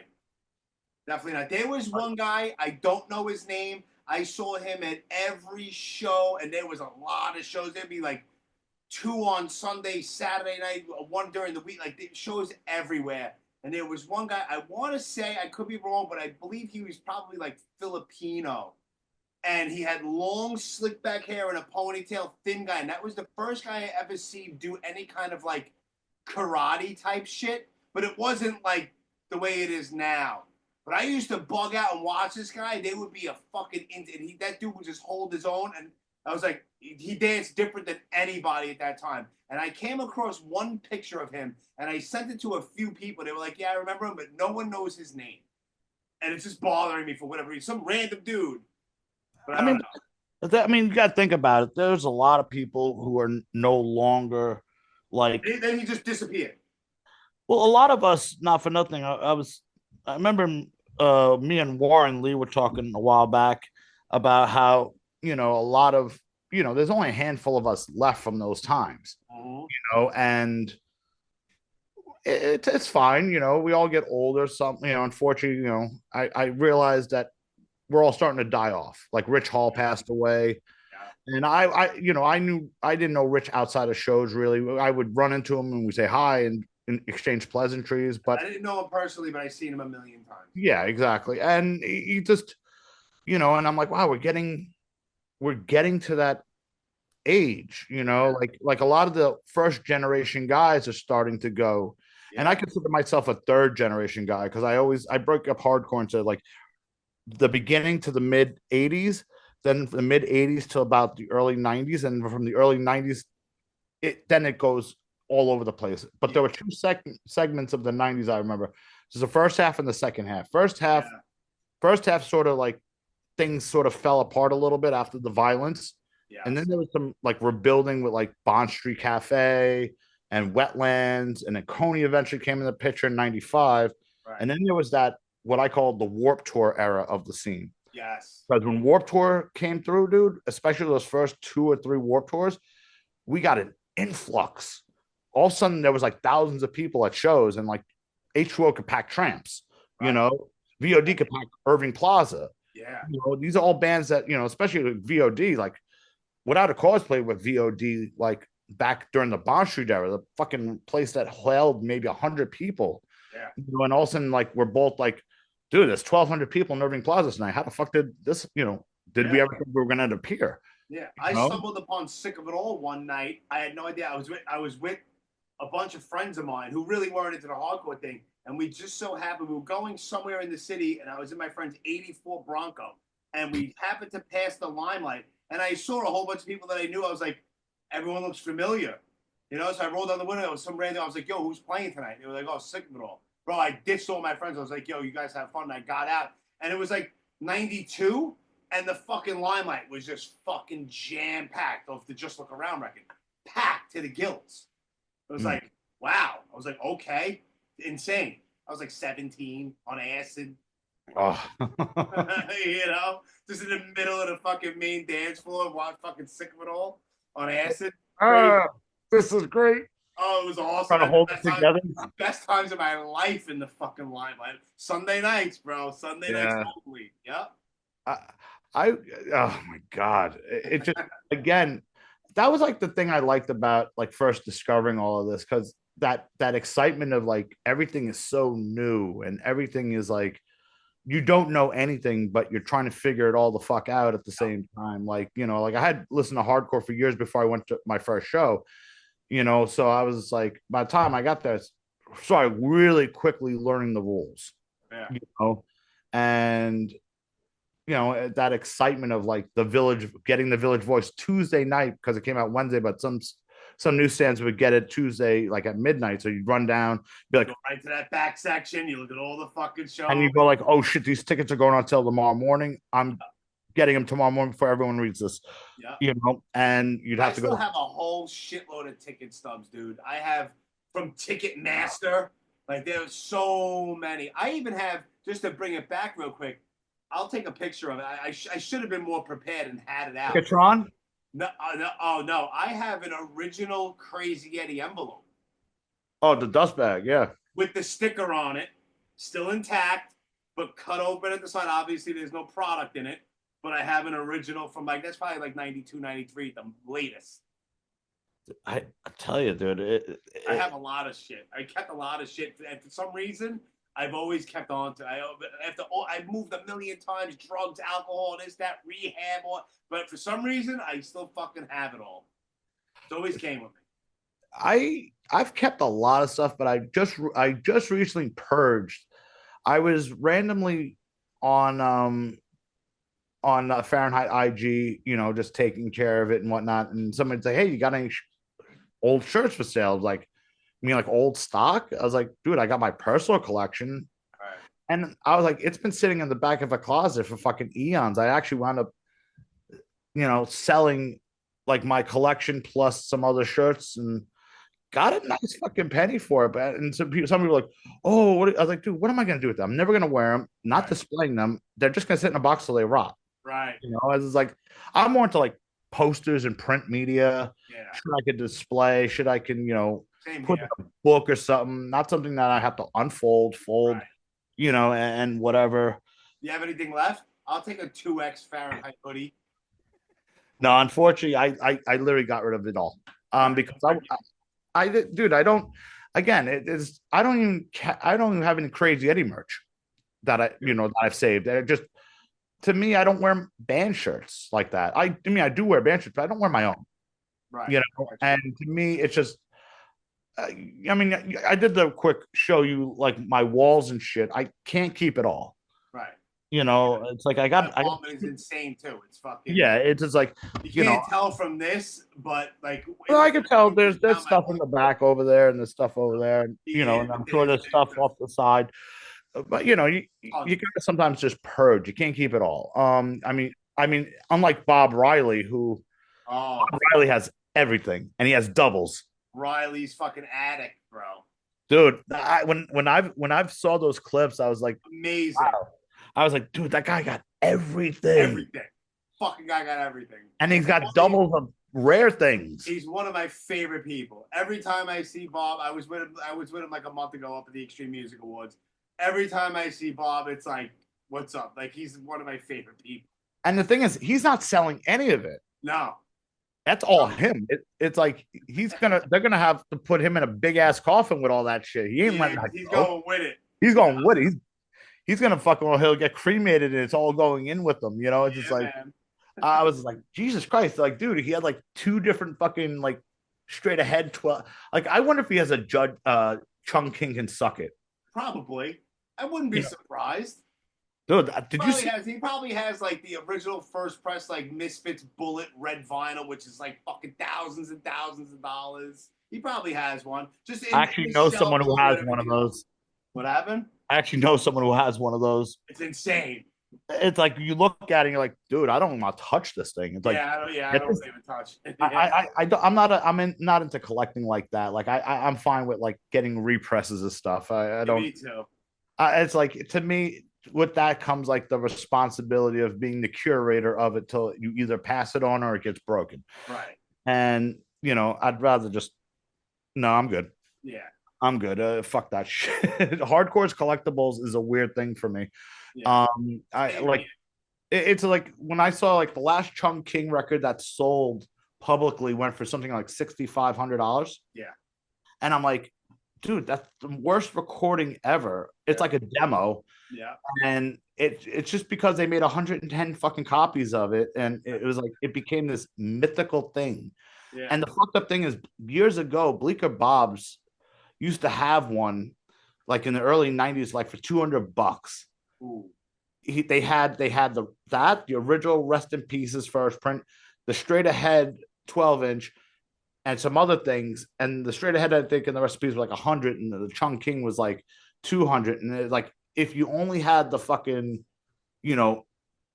that frame of mind to be like, you know what, it's a lot of money, but who knew that, 20, 30 years later, it was going to be worth fucking over $6,000. Right. Now they reissued it again. Everyone's like, oh my God. I'm like, dude, it still sucks, that record. Yeah, it's still the same shit. Yeah. We remastered it. Great. Still sounds like garbage. Yeah. But hey, things are only worth as much as someone's willing to pay for it. I mean, yeah, there's certain things that I would pay for. Like, I was recently talking with Lou from Sick of It All, and like I had like the original 7-inch, one of 1,000, all that shit. And once my daughter was first born, of course, a lot of people have done it. Nervous, first time father. I sold a lot of my shit. I'm talking with Lou. I'm like, on fucking Discogs, it's like they have it listed. It's like number 18. It has the lyric sheet, everything. He's like, how much do they want for it? I'm like, I think they want like $500. He's like, why would you pay that much for that? And this is Lou. He's just like, why? I'm like, I don't know, because it's the original, but that's something maybe because they're like one of my favorite bands, but I don't know. I didn't pull the trigger. It's still in my car. Well, there's certain people who are completists. Like, I saw this record, right? And I saw someone had it up on Discogs for like $75, and I was just like, really? I was like, some footnote fucking hardcore band. I'm like, okay, weird. I was like, I got something better for you. What? I had Louis Beto on here, right? Yeah. Bullshit with Louis Beto, great guy, super fun, and his first band, Fallout, right? So before Carnivore and all that shit, yeah. I go on to Discogs, and there's a Fallout fucking 7-inch. It's one song on one. There's 2 songs, one on each side, and they wanted like $9,000 for it. I screenshot it and sent it to Louis. He's like, I bet that's the one that I sold him years ago. And he want $9,000 for a. Now here's the funny thing about that. That's priced not to sell. That's almost like a flex. Like, look what I got. Yeah. And because no one, if no one's paying fucking $9,000 for anything, the Chung King is not the highest resale vinyl ever. It was like some weird Rod Stewart or like David Bowie like one off. Yeah, and I sold for like $500 more. Right. So I'm like, okay, I could sort of see that if you're like that guy. Right. Like me and my wife have a friend who is into 7 seconds extremely hard, and he is a completist. Like he has every like different regions fucking pressing of it, of every 7 second record. Like his collection, he showed it once to me, and I was just like, dude, you're a fucking maniac. He's like, Yeah, dude, he's a maniac. That's obsessive. yeah, but you know what? Those are completists. It's like there's people who need to own every little thing. Yeah. They have it becomes this like it's almost like an addiction. Yes, it is an addiction, it actually. Is an addiction. It is an addiction, but and I get it. If you have the money and you have the passion for it, go for it. I couldn't see myself fucking spending that type of money on records like that. Like when I went down south for vacation a couple years ago, I found a ton of first pressing, like just regular records. And I was like, dude, and I was spending like $40, $50, $60 on first pressings of not just hardcore, but just, random shit. I was like, dude, if I bought this in the city, they'd be like knocking my dick in the dirt for 5 times the amount. Yeah, man. I think it's also a regional thing for some people, like New York. There's definitely like a vinyl market up here. I mean, there's a vinyl market everywhere. Absolutely. I mean, I've gotten back, I got into vinyl just recently because I've had vinyl and obviously I've played on some vinyl, but I've never listened to any of it. And then one day I was just like, I just started kind of doing this, all the records I got that mean something to me. Right. 500 records later. Yeah. It's just, you don't realize it until you start going. You're like, fuck. Yeah, man. Yeah, my wife's actually the more of the vinyl collector than I am, but we unfortunately feed into each other's fucking problems. Like that's the bad thing about having a spouse that's also into the same scene and it's the same music. Yeah. Because it's so funny because let's go down that rabbit hole for a second, because there's a lot of people I meet whose their significant other is not into the music at all. Right. They might be into some form of heavy music. Right. Like, they might be into like, oh, I like I just like, I like New Order, or I like this, or or they're into the new wave stuff or something. Right. But my wife is into basically a lot of this. We're into a lot of the same stuff. She's more into a little bit, she comes from DC, so there's a lot of the DC sound stuff that she's very into, which I've been turned on to. Here's a band that I know you're not very fond of because you make fun of them all the time, Fugazi. I don't make fun of the band. I make fun of Ian. Though I can see. I break balls. I get a rise out of people. I mean, 99% of the shit that I post, I have no vested interest in it. Like, I'll post it and just be like, wow, I already know the people that are gonna fucking flip out over it. And then if you notice, I'll post up, I'll leave it there for like a half a day, and then I just delete it because I was like, all right, I have my entertainment, I leave. Because at the end of the day, I don't give a shit. You ever think that Ian is sick and tired of people showing up at Discord house to take that fucking stupid photo over and over and over and over again? I took it. I had to. I know, I understand taking it, but there's people who actually will knock on the door and like. I didn't knock on the door. Like and bother and see if he's home and bother him, and I'm like, dude, tacky, bro. It's a bit much. It's like, if by chance you run into somebody like, this is New York. You'll run into make fun of them. So. Yeah, I mean, I could just see it like it's like again. Yeah. And like I bet you he's like almost regrets that he fucking like took that photo in front of his fucking place. I'm sure he does. It's like, why did I do that? Yeah. It's kind of like be a piece of him that's like, fuck. Well, no, it's funny because so when I was playing in District 9, right? Like Caesar, like he regrets doing the New York hardcore documentary as fucked up as he was, because his day. I think a lot of people fucking it's like, God damn it. What was I doing? What was I thinking? But it's like he was kind of like, dude, is like he's like me so fucked up I couldn't count, the weed spot thing, and and then I remember this was another thing I used to get all the time when we would play. Like people like, is Mike gonna wear a backpack tonight? And I'm like, And I'm like sitting there like, dude, he did that once, maybe Yeah, twice. yeah. You know, I remember the 2 times he did it. And I was like, he Is he never gonna did wear it. a backpack? That's such a weird question, but it's hilarious. Not like, here, you guys gonna play that song tonight? No, it was always like, is he gonna have a backpack tonight? I'm like, what the fuck are you talking about, Yeah, backpack? yeah, exactly. You Why do you know, even want to know? It's such a weird thing to even want to know in advance. yeah, dude, I love our scene sometimes, but I sometimes go, It's a strange scene, dude. I really question how people put their socks and shoes on in the Me morning. too. They sleep with a crash helmet. They have Velcro sneakers. The whole deal. 100%. You know, it's just weird. You know, it's like it's kind of like you know, I want to talk about this this young versus old thing that's been happening a lot lately, God, and it's okay. been popping up now. Now here's Boomer.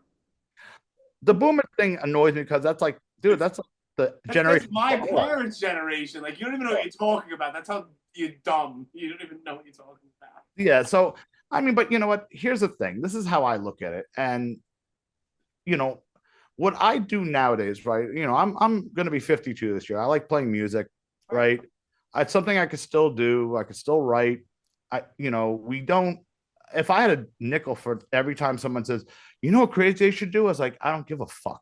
Right. You know, I'm not in it for, you know, the fucking accolades. I'm in it just to, you know, it's kind of like Todd Hamilton and me once had to talk about it, and we were like, dude, it's kind of like going on a fishing trip with your buddies, you know, or like you, or you're like, hey, we're gonna take a road trip to Fenway, you know, or something like that. It's sort of the same thing, same experience for like at least for Crazy Eddie.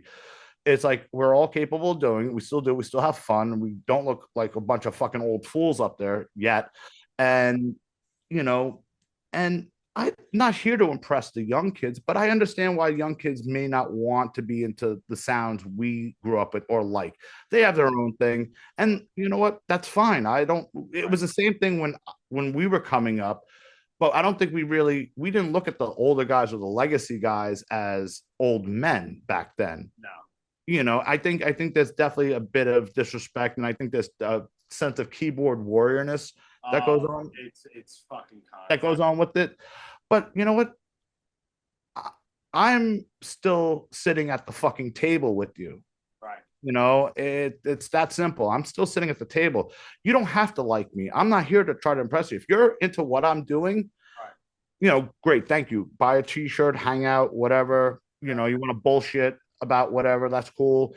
Yeah. But I'm not here to be like, I'm not here to get the youth vote. You know what I'm saying? If the right. kids like it, and there are kids who come down and like it because like, oh, you guys have a like guys like that old school sound. I'm like, yeah, I guess. You know, it's just something fun to do. You know, it's like I could play way better than this, but I just decided to play this style. Right. You know, we have a seat at the table. Right. We're here. It's okay. You know, we're lifers. Right. You know, too many kids today come in for like 3 to 5 years and then dip. Exactly. You know, and the shit that people do nowadays is, you know, the making fun of, like, I feel like they feel like anyone who is over the age of 35 still playing in a band or going to shows is suspect. Yeah, I think that's the vibe I get from a lot of them. It is the vibe, but it's like it doesn't even make sense. But that's like their mentality, and it's weird. But you know, it's to the point though. It's like, dude, it's okay. You don't have to like what we like, you know, but you don't also have to fucking pull it the fuck apart. You know, like the whole, like, to me, like I look at the crowd killing thing, and I don't understand. It annoys the shit out of me. But here's the thing: we had our own sense of violence back when we all came in, right? Except there was a real sense of you could go to the ER tonight, right? You know, because they weren't just doing it to, like, you know, to be a dick. Their other friends. A lot of it is like, look what I could do, and all their friends are like, oh, and it's a different. You know, and it's just it gets old, and you know, and I know we're like, oh, shut up, boomer. You know, oh, this is hardcore. I was like, dude, you guys would have gotten pulled apart, and you would have ran right the fuck out. No, but you know what? To each generation comes new trends, new styles, new whatever. And you know what? I'm don't shit on it too much, because again, I have not. I have seen some things. I'm not of that mentality of, I guess this is what they like. It's not what I like, but to each his own, I guess, is what I'm trying to 100%. say. It's like, The but bands don't. themselves, if you like this band, like I'm not gonna, I don't shit like except for like just to break balls. Like I fuck with Ian McKay and all this whatever. Yeah, yeah. That's not serious. I'm not serious about that. It's like you like this band, fine. Like I don't shit on bands. They might not be my thing, but you know what? Go do your thing. Like have at it, have fun. Like more power to you. Not my style, not my thing, whatever. But I'm not hating on it. Well, know what it is? I will. There's a lot of bands I'm not fond of. I mean, and there's other newer bands that I love. Like I like, for instance, I like the energy that the band Drain comes with.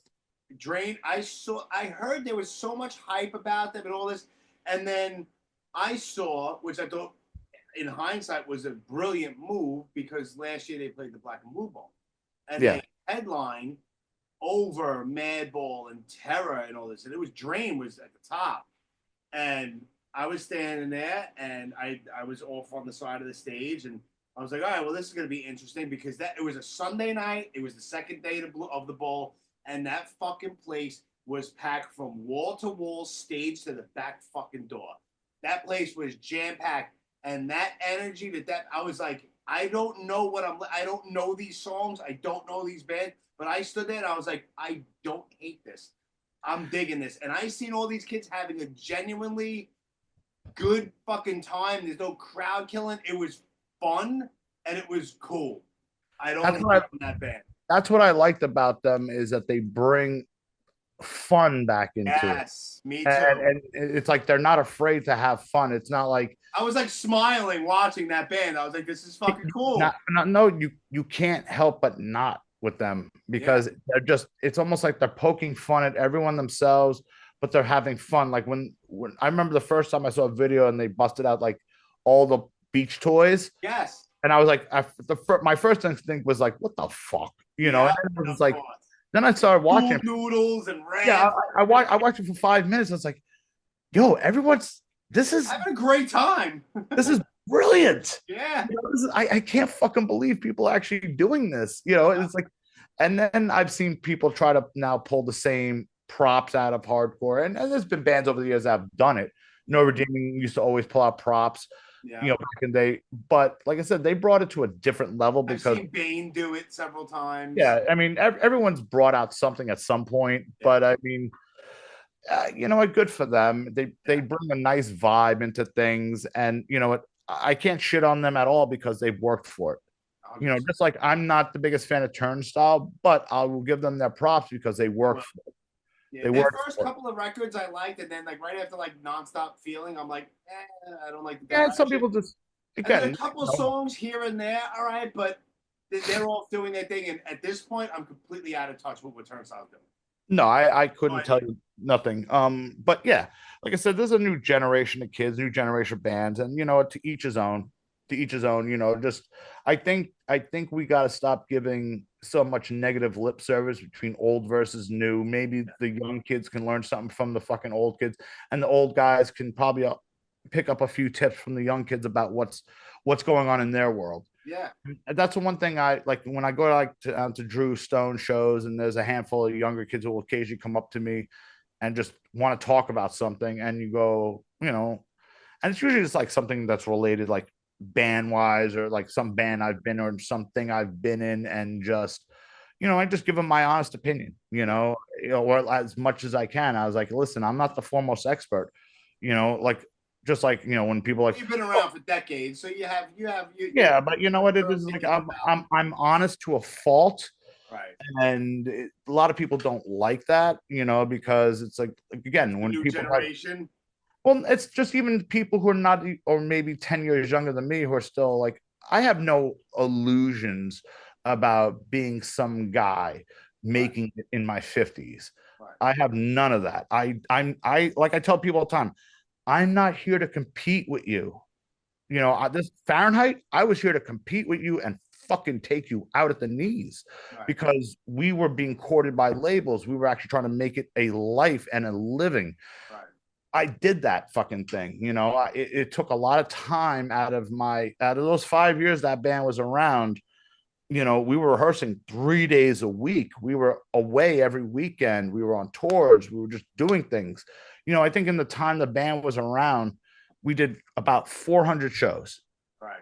We were just always playing every weekend. We were always doing something, trying to make it, do our thing. And then once you did have that reunion little deal going on with the Black and Blue Bowl. What was that? 2008, 9?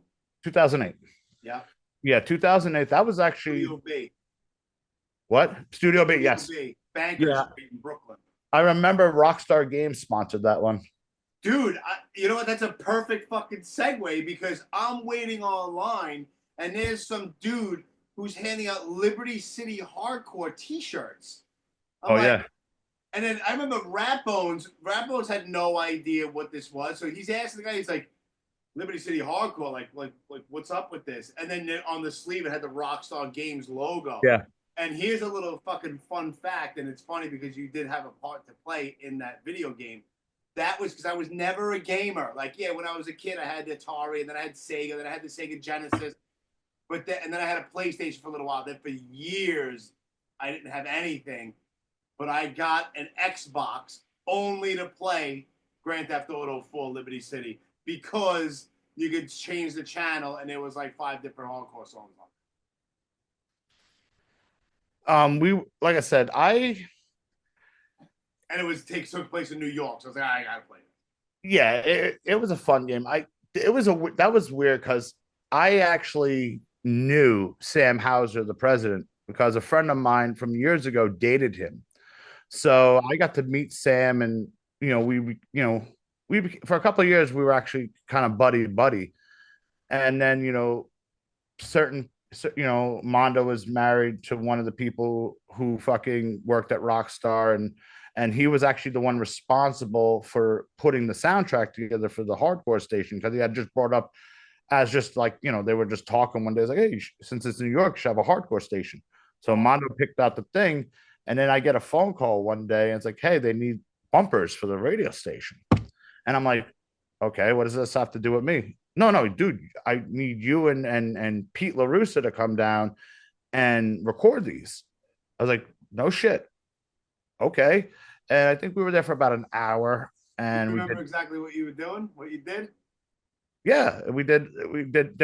You can find it online actually. If you punch in LCHC commercials or whatever, it'll pop up and it's like 45 seconds. Yeah. And they're just these little fucking snippets, these little ditties. What they did is they wrote down all these catchphrases and then they kind of let us just like, we looked at it and we're like, well, what are you thinking? And they, I vaguely remember that. I don't remember exactly. Yeah, like, LCHC still lives. Yeah, okay. The hardcore, Liberty City, hard. So they had all these things, and Laszlo was like the guy who was producing the session. So he had his own idea what they should sound like, and then we were like, no, it should be like this. And and we literally went in there, slammed it out, which was essentially we brought like a half a drum set, a little fucking amp, and we just recorded like in a vocal booth, and we banged it out. Then I signed like a fucking disclosure agreement about this thick, it didn't come out. Yeah. They're so secretive with their stuff. It's not funny. And I had to sign all this crap just because, can't tell anyone you were part of this till it's out, and then it came out, I got my copy, got a nice little check from it. Not going to lie. I really wish I would have gotten a percentage of the game, even if it was like a thumbnail, but I was hired as a studio. They essentially were just paid studio musician rate, which was more than enough, Sure. And for years after it came out, I didn't tell anybody. I was working on a couple of jobs. I remember like I worked with some gamers and they were playing the game and they were like, hey, I saw in the book, your name's in the book. I was like, oh, what the fucking thing? I was like, yeah. I was like, is that you? I was like, yeah. Why didn't you tell me? I was like, I don't know. Dude, it just, to me, it was just like, all right, it's something I did. And it's like, there's millions of little things I've done that I don't really, I'm not here to like, check me out. I'm something. Yeah, right. I'm a team player. I like to fucking, you know, I just do it for the love of doing it. I'm not here trying again. I'm not here trying to like reinvent the wheel. I'm, you know, everyone's like, oh, you guys got to, you know, like, you guys should take a road trip down to Florida. I'm like, for fucking what, dude? Yeah, for what? And I was like, dude, This thing. What do I do? What am I doing here? I do this because I why enjoy not? it. You know, I've spoken to a million people, almost 400 episodes. I don't remember exactly which one was which. It's like it's something I did. Oh, that episode you did was, all right, dude. I'm glad you enjoyed it. I'm glad you enjoyed that. That's the thing. But okay, cool. Like, all right. Like I said, I just enjoy. Like I said, I just enjoy playing at this stage in my life because it's not a job anymore. Right. You know, it was a job. There was a period where it was a job because it was working to possibly make a living out of this. And then when that, you know, then when Fahrenheit fell apart the first time, it was like there was a year where it was just an adjustment of just like, I don't got to do dick. Right. You know, this is great. And District 9, I had joined District 9 immediately after that. And, you know, District 9 was a band that would play for like a year or two. Then we wouldn't play for a year or two. Then we play a year or two. And, you know, it was just, it wasn't 13 straight years, but it was 13 consecutive years. Right. And, you know, and I was lucky enough that, you know, when I was with them, we actually did do another 7-inch, you know, which thank Christ, you know, because that band, you know, doesn't really have, I mean, neither does Fahrenheit. I mean, we had the discography that we released back in the early thousands, and then, you know, fucking the 2 new songs this reissue too, you know, and I was like definitely lucky to have something out. But these guys, all they had for the longest time was just the soundtrack for the documentary and the School of Hard Knocks. Yeah. And then, you know, and then finally we got the last lineup, and I was like, we got to go record, dude. I was like, this lineup's too good. And then it just, you know, it, like everything else, it just sort of, you know, any other band, it just sort of runs its course, it implodes, or you're just like, I'm good. I did 13 years with that. And then, you know, whatever, you know, but yeah, Rockstar was just a fun experience. It just, sure.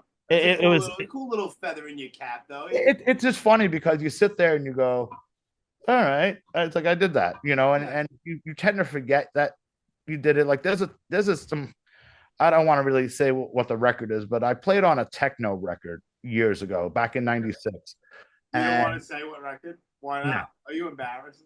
No, I'm not embarrassed, just because I just don't want to talk about it really. All right, so anyway, I loaned some, I did some like guitar, I did some guitar stuff that they sampled. It was actually recorded at some dude's house not far from where I'm living now. And fucking the girl I was with at the time, she knew them. She's like, hey, my friends have like a hardcore techno band thing. And it was just 2 DJs. So I did that, and I yelled some shit into a distorted mic and thought nothing of it, you know, and got a copy of the 12-inch. I was like, oh, there's my name, you know, and I was like, and come to find out years later that they wound up fucking selling like 100,000 of these things.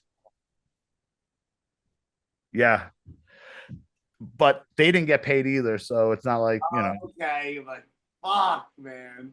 So, you know, so it's kind of funny to me that it's just like, I was on that, you know, I was like, and it sold, and that's kind of funny. And it's just like, it's another footnote thing where you go, really?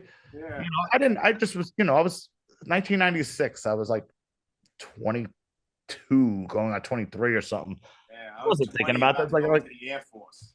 Yeah, exactly. You know, you don't think about things. And honestly, dude, at that time, you know, because I'm immersed into the world of hardcore, is like, this is all I give a fuck about. I was just like, whatever with that, you know. It's like, it's like, good luck with your little shitty techno record. Right. And meanwhile, I got a show to go to. Yeah. Yeah, it's just like, and literally, it's probably sold more than most hardcore bands. Of course. And they got ripped off for it, which was fucked up. And you know, I never asked for anything. Yeah. You know, I have a credit on the fucking label itself, and that's it. And it was like, okay, all right, next. And it's funny because years later, I went to some random fucking party, like in the early 2000s, and bullshit with someone, and they were like, are you so and so? I was like, yeah, why, what's up? He's like, hold it right here. He comes out with the record. Oh fuck. And I was like, autograph it? no, I wasn't going to autograph it. Why not autograph? You wouldn't have autographed it? No, he didn't ask that. I wasn't gonna ruin his fucking. It was just, you know what is it? It was just a black label, like single, with this all the information on the center. Sure. That's it. It was just like a standard like single 12-inch single type of sleeve. But yeah, I just thought it was hysterical. Like it's another random thing, and it's kind of like being stoned singing shutdown lyrics with Jerry Farley. There you go. Just like random shit. Yeah. So, well, excuse me, princess. Oh, dude. Yeah. All right. What's up? So my friend, I have a friend, Jess Goldie, right? Okay. So she's played in a couple bands. She played in My Turn to Win. Anytime H2O has played Philly or New York, she's the girl that usually gets up and takes Rusty's guitar and plays a couple songs with them. Okay. She's like family to me. So one like randomly, she's like, "Oh, I have these songs, blah blah blah," and well, excuse me, Princess comes from Zelda. Okay. The Legend of Zelda. So I was like, okay, all right, whatever. So we threw the first thing. Originally was just a recording band. So it was like me, her. We both play guitar. It was just going to be a studio project. It was me and her, and then Pete LaRusse on drums, and then we got Arthur Smilos from Gorilla Biscuits to play bass on it. Okay. But she knew Arthur, and then then she was like, "Hey, I want to do this as a real band." Then we got some, then we got, Kevin from Fahrenheit joined, then this other guy joined, and Kevin got deployed because he was in the Air Force at the time. Okay. And then we got these two other kids, and we did, we released 2 records. We did a 2-song single and then a 5-song EP on Dignified Bastard. Okay. Kevin Gill's label. And yeah, it was fun, dude. It was like we played like a couple dozen shows in a real short period of time and had fun with it. And she's actually getting ready to record. She's actually already finished her drum. The guy who did the last Bane record, the producer, I can't remember his name. I don't know offhand. What the last Bane record? What? Don't Wait Up? I think so. Yeah. He's producing the record for her. Really? So that album sounds incredible. Yeah, so she's working with him. They just finished the drums. They're getting ready to do everything. I was asked to be part of it, but she had been rehearsing with the other guys in Philly. I couldn't get down there, and I was like, "Dude, you guys sound fucking great. I'm not gonna come in here and fuck you guys up. Right? You guys have a chemistry. It's just, don't make me be the fucking monkey wrench in the cogs. It's like, like I have the confidence in you. Please go ahead." So yeah, we did that for a little while. It was fun. Just it was odd. It was like, all right, I'm doing punk pop. Yeah. I get to sing. What it is, I got to actually use my singing voice, on a lot of it, which, I actually can sing. It's funny because the guy, so when Fahrenheit was doing our thing, before we recorded at Purple Light. You remember Purple Light Studios, right? Ken Jerry did all their records at Purple Light. It was in Brooklyn. It was like 3rd or 4th Avenue and Park Slope. Okay. By like where the 9th or the 9th Street is, I think. Okay. Anyway, I know where that area is, of course. Yeah, like all industrial. Gotcha. So anyway, right before we started getting ready to do that, because we had to deal with through Howie for Zomba, a development deals. Okay. So, so they were like, "Hey, there's some extra money. We're gonna send you to a vocal coach." And I already could sort of keep a note. And they said, "What the fuck was his?" Don Lawrence was his name, the vocal coach. And I remember I walked into this dude. He had a place on like West End Avenue and like 72nd Street. And it was just lined with gold records. And the one that probably impressed me the fucking most was like the Tracy Bonham record. What? Okay. Dude, fuck you. I love that fucking first Bonham record. I love that fucking record. It was so, but then he had like, I'm looking and he had like, all right, he's got Slippery When Wet. Okay, interesting. Yeah. He's got this record, he's got that record. And then I find out years later that, now, because now he's touting himself as being Lady Gaga's fucking vocal. Oh boy. And I was just sitting there, I was like, that's a random one, huh? Yeah. This, I mean, he was a nice guy, told me how to fucking sing from here and, still know how to do it. The only difference now is I fucking smoke a pack of these a day. Right. But whatever. But yeah, dude, it's just like the random shit you run into, like playing music and doing things, and the random people you meet, and it's definitely been a trip to say the least. Like fucking, like when we're doing the EP, what's the name of that actress I met? Ida Menzel. Ida Menzel from. Oh no shit. So the dude who produced this record, Dan Wise, I guess her and Ida had worked on some things in the past, and she stopped off when we were in the middle of recording, dressed up in her stuff for Rent. Like this is before Rent was going, like was a thing. And she came in, oh, how you guys doing? Blah, blah, blah. And she talked to her, and the producer talked to her for like 5-10 minutes. So, all right, guys, have fun. And she like left. And I was like, oh, all right, whatever. And then I was like, then all of a sudden Rent blew the fuck up. And I was like, wait, we met her, right?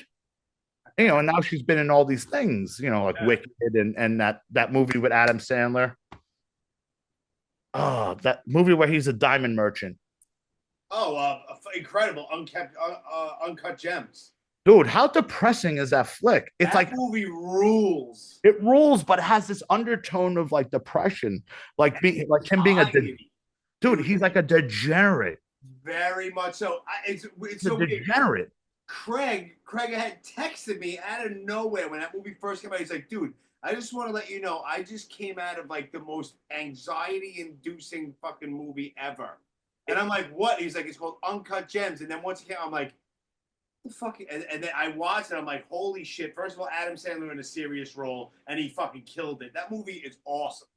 Yeah, I think, I know some people didn't like it. I think it's great. I think it's great. I just thought it, like I said, that the whole time you're just like, because he's got the mistress and he's all these things, it's like, he's such a degenerate. He's such a schemer. He's getting beat up by these guys, and just the whole ending. I was like, what the fuck, man? Dude, that's crazy. It's like watching him like lose, like degenerate losing at fucking basketball and everything else. It's kind of like when like Tony Soprano was like a degenerate gambler on The Sopranos. Yes. Like he was a fucking loser. Yeah. Like he would win and all of a sudden like, fuck it, let's put it on this and just blow like fucking 6 large, and you'd be like, dude, what the fuck? Yeah, man. But yeah, that movie was fucked up too. But yeah, dude, we got, like I said, just randomly meeting people. I mean, just like, and it's just shit like, you're like, huh, okay, I guess we met that person. Yeah. It's just like weird shit, like how that's why I think I'm very fortunate for like, and again, this would have never happened if I lived in New Jersey.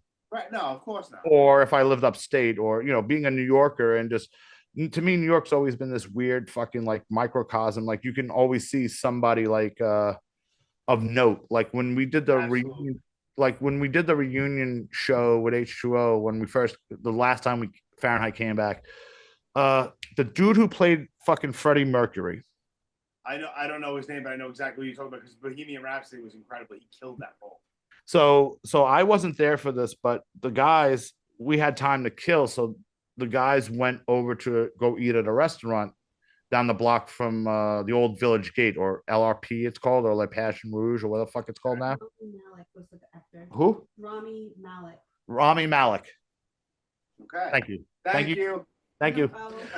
So they were eating, and he was at the next table, and I remember like my guitar player was like, if he told me, he's like, he looked over, like pointing at him, like, hey, and then he was like he just wanted to be low in the cut, and it was just like, they were like, oh. Yeah. And it's like, I've run into random people. It's like the first thing, it's like he's not a giant movie star or anything like that, but everyone knows who he is. But it's like years ago, I'm like hanging out. I think I'm outside East Village Radio when they were doing the whole Black and Blue takeover.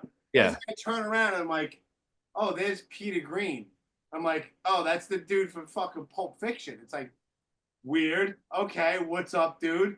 And then like I was like not that far later, like a couple of weeks later, I'm walking through Chinatown for some reason, and a crazy amount of people. It's packed like cattle. I'm walking through Chinatown, and all of a sudden, someone literally smashes into my chest, literally bumps into me, and I turn around and look down. He looks up because he's a little guy, Mike D from the Beastie Boys. I'm like, Mike D. He's like, hey, what's up? I'm like, hey, what's up, man? And we just kept it moving. I'm like, I literally bumped into him. Like, what is that? Yeah, dude, that's why I like love the city sometimes, because it's just, especially even more back in the day than now, it's just the randomness of things. Yeah. Oh, like just randomly running into people and seeing people and it wasn't a big deal. Right. Yeah. It wasn't like, yo, my man, get me. Yeah, there was no pictures. And even to the time of smartphones, I didn't even think to be like, yo, Mike D, let's go to pick. Like, no, there you go. Well, no, it is. And kept it moving. Because we're from a different generation. It doesn't, to me, the fame thing, it's fleeting. It's, it's kind of like when people like, oh, that person's like, yeah, that's so-and-so. Who cares? Yeah, oh, but that's my favorite band. And I'm like, dude, they put their socks and shoes on and their pants on the same way.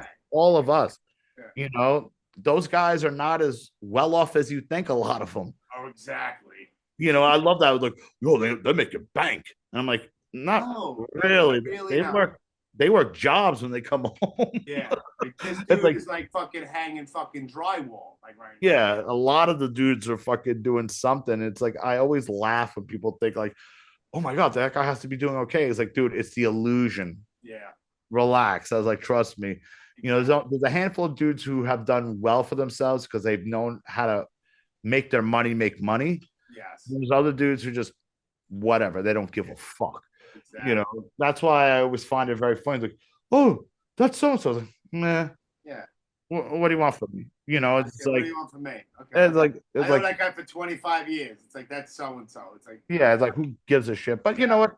I mean, to be really honest, when I first got into the hardcore scene, first time and I think I've told Paul Bearer this. The first time I met you, like, yeah, you were kind of a dick to me. He's like, well, you were probably a little shit.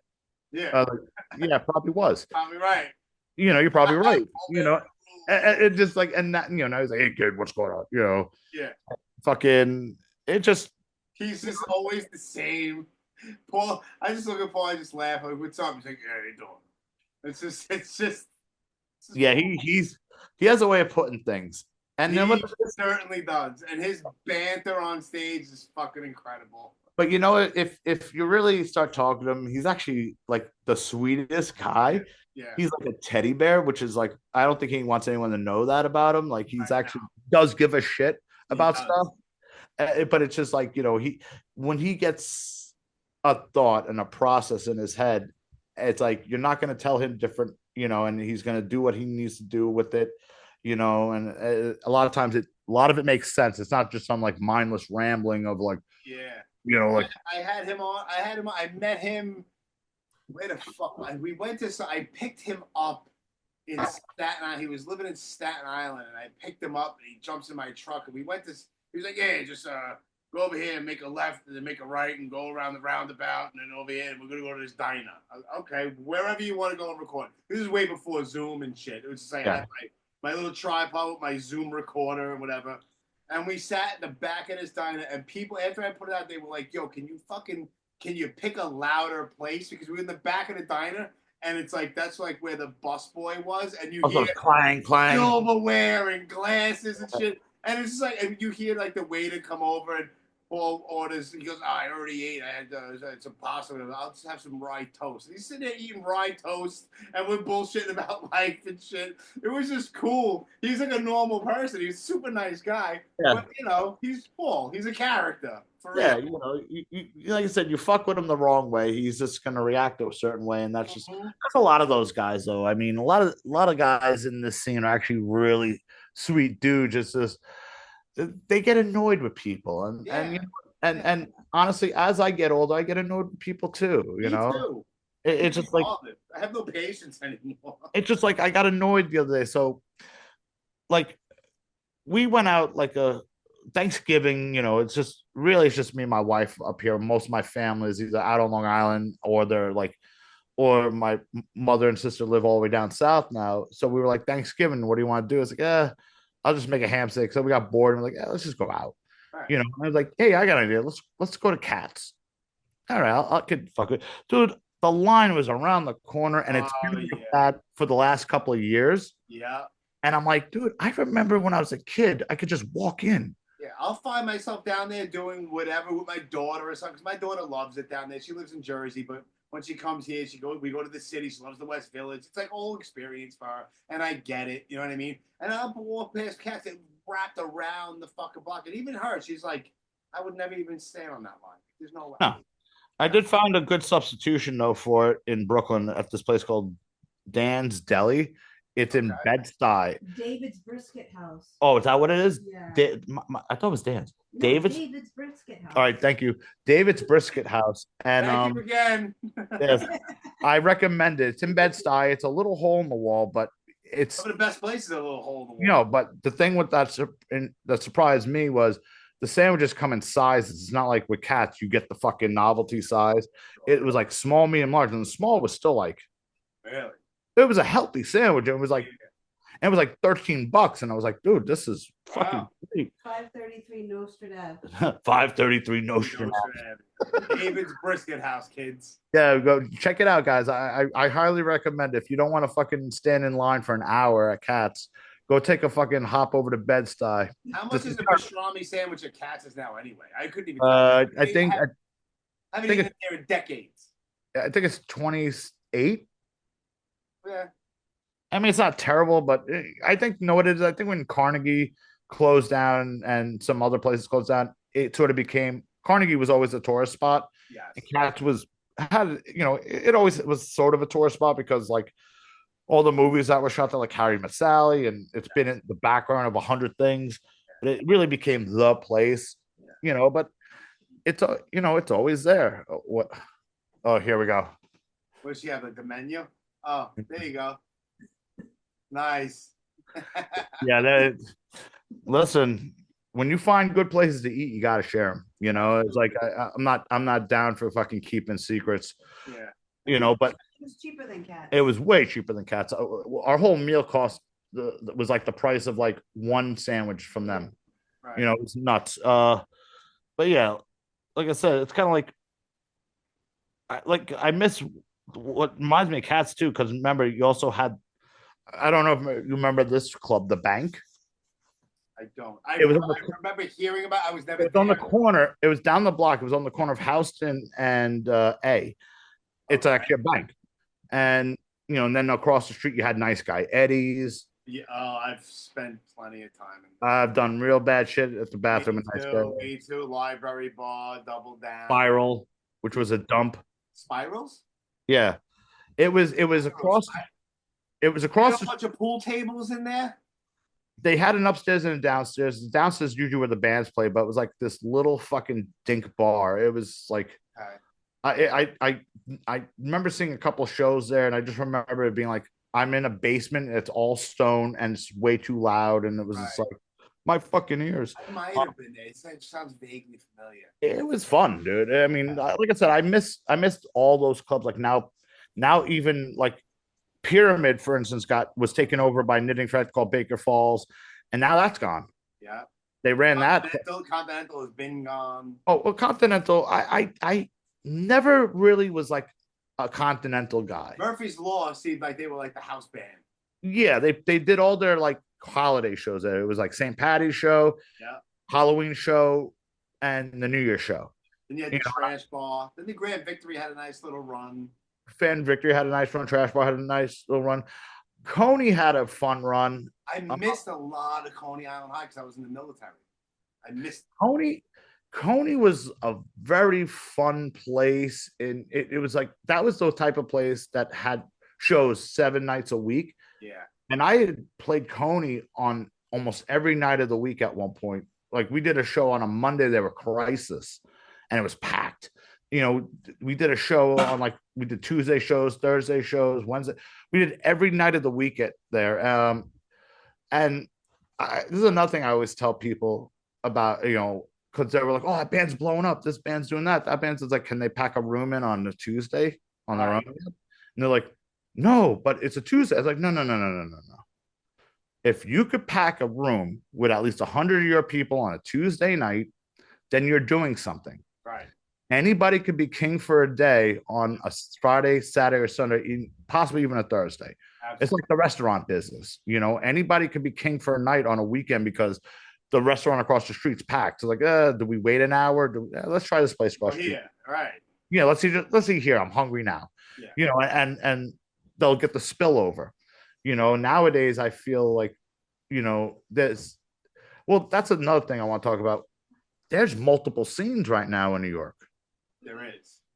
There's a lot of scenes, but it's really weird because there's some scenes very like segregated. I feel like too. Yeah, I feel like cut and dry. Like I don't know. Like they're not really into fucking like sharing the wealth or telling you what's going on. It's kind of like, hey, hold on a second. What, coffee? Please, thank you. I have to get a cup. So it's like there's a whole other group of bands in Brooklyn that I never heard of. Like Michelle, my wife's photographer, so she gets asked to take photos at a lot of random shows, and so I'll tag along. I'm like, I don't even know this band, but fuck it. What else am I gonna do today? Go out for that. Yeah. And there's times I will literally just put my earplugs in and read my phone, sit at the back, just not watching, just like, are we gonna get something to eat after this? Cool. All right. And I'm like, dude, there's 150, 200 kids in here. Yeah. I don't recognize a fucking single face. Right. And I'm like, where are these kids coming from? And then I'll go to do another show. It's a completely different set of kids, but it's like 200 kids. Yeah. And then I look at like the scene like we're involved in, and we're barely scraping 70 fucking kids together at this point. Yeah. That's why I miss, and I'm not to sound like the old guy in the room, but I'm going to. I miss when scenes commingled. I felt we had that for a while. We had, all right. You could say fucking like, ABC was the safe spot that was away from the knuckleheads, and CB's had its thing and whatever. And then there was like the no trend scenes and all these other things. But there was a point like when mixed bills were a thing in the 90s. So you could play with a ska band, an alternative band, and straight edge. A lot of that going on. There was full fucking European tours with bands like you mentioned before. It was like Biohazard, Malevolent Creation, Creator. It's like, okay, Sick of It All, Sacred Reich, Napalm Death. Like, okay, like that's all right, cool. Like, this is a thing. Yeah. And then there's still a screamo scene that's happening right now. There's emo stuff that's happening still. Yeah. It's nuts. It's just like, dude, I can't keep up. And people are like, well, how, and I get bands always asking like, well, how do I become a part of that? It's like, you don't. They find you, you don't find them. Exactly. Unfortunately, this goes back to the new versus old. These are, when we went and shot one band, and I just remember like sitting there and everyone had this hipster look to them. And I was like, I bet you these are the kids who have cooler record collections than all of us. Absolutely. Like they have the fucking, they have the Danger Show. Yeah. They have like the fucking, they have those, those artsy fucking record collections that, that they only made like 30 pieces of this on a stylist at home. Yeah. Shit like that. But I don't hate on that. Right. Because, I can't. Right. I can't. That's why when people are like, oh, well, there needs to be change. It's like, no, it just runs its course. It does. Eventually they either all come together, they don't, or one scene dies off. It's just like the one thing I've noticed over the 30 some odd years I've been going to shows is, in general, hard music, hardcore punk, all the subgenres ebb and flow. Yeah, they're not all going all at the same fucking time. Sometimes you get everything happening at once. Sometimes you get this happening here, this happening here, this happening here. Right. Just like all of a sudden, like how tough guy hardcore has come back into, last couple of years has been a thing. Not my thing, but I understand why kids like it. It's kind of like I understood why kids like No Limp. kind of understood why kids like Korn and Limp Bizkit. Right. It makes sense if you're 15. 100%. Tuned down guitars, groovy shit, you could dance to it. Yeah. You know, and it makes sense to me. I can't sit there and go, you like garbage. Right. I'm sure the shit that I listen to, they go, how can you listen to that shit? Yeah. You know, but what are you gonna do? Like my daughter, she's 15, but like she What went does she through listen to? phases, but like she went through her Limp Bizkit phase. I'm like, you're 15. I was like, I'm not mad at that. Cool, like I get it. She went through her Korn phase. She loves Terror. She loves Terror. I'm like, awesome, like cool. Like, and she was like, I want to go to more hardcore shows. I'm like, just bring your little ass over here and we'll go. Like, I have no problem with that. Awesome. So she's very she's all over the place too. Yeah, but you know, I get why she would like. She's 15. She likes Limp Bizkit. Okay, I get it. Yeah, I think honestly, you know, it's like just like I understand why kids like Slipknot. I understand why kids like gimmicky. That's like my version of like when I was 8 years old. When I looked at the stupid friggin' Motley Crue Shout at the Devil record, I'm like, these guys look insane. There's fire and pentagrams. Slipknot is more extreme than that, but I understand why a kid would gravitate. I was never a fan, but I understand why, like, people I get it. older than me would see Kiss as a young age and be like, yo, this is nuts.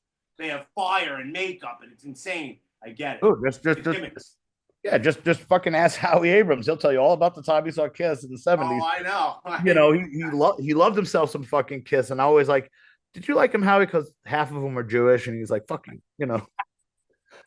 It's like, but yeah, I mean, I get it. But the one band I don't get, and this is the very few times I'll maybe shit on a band on this, is probably like the Knocked Loose craze.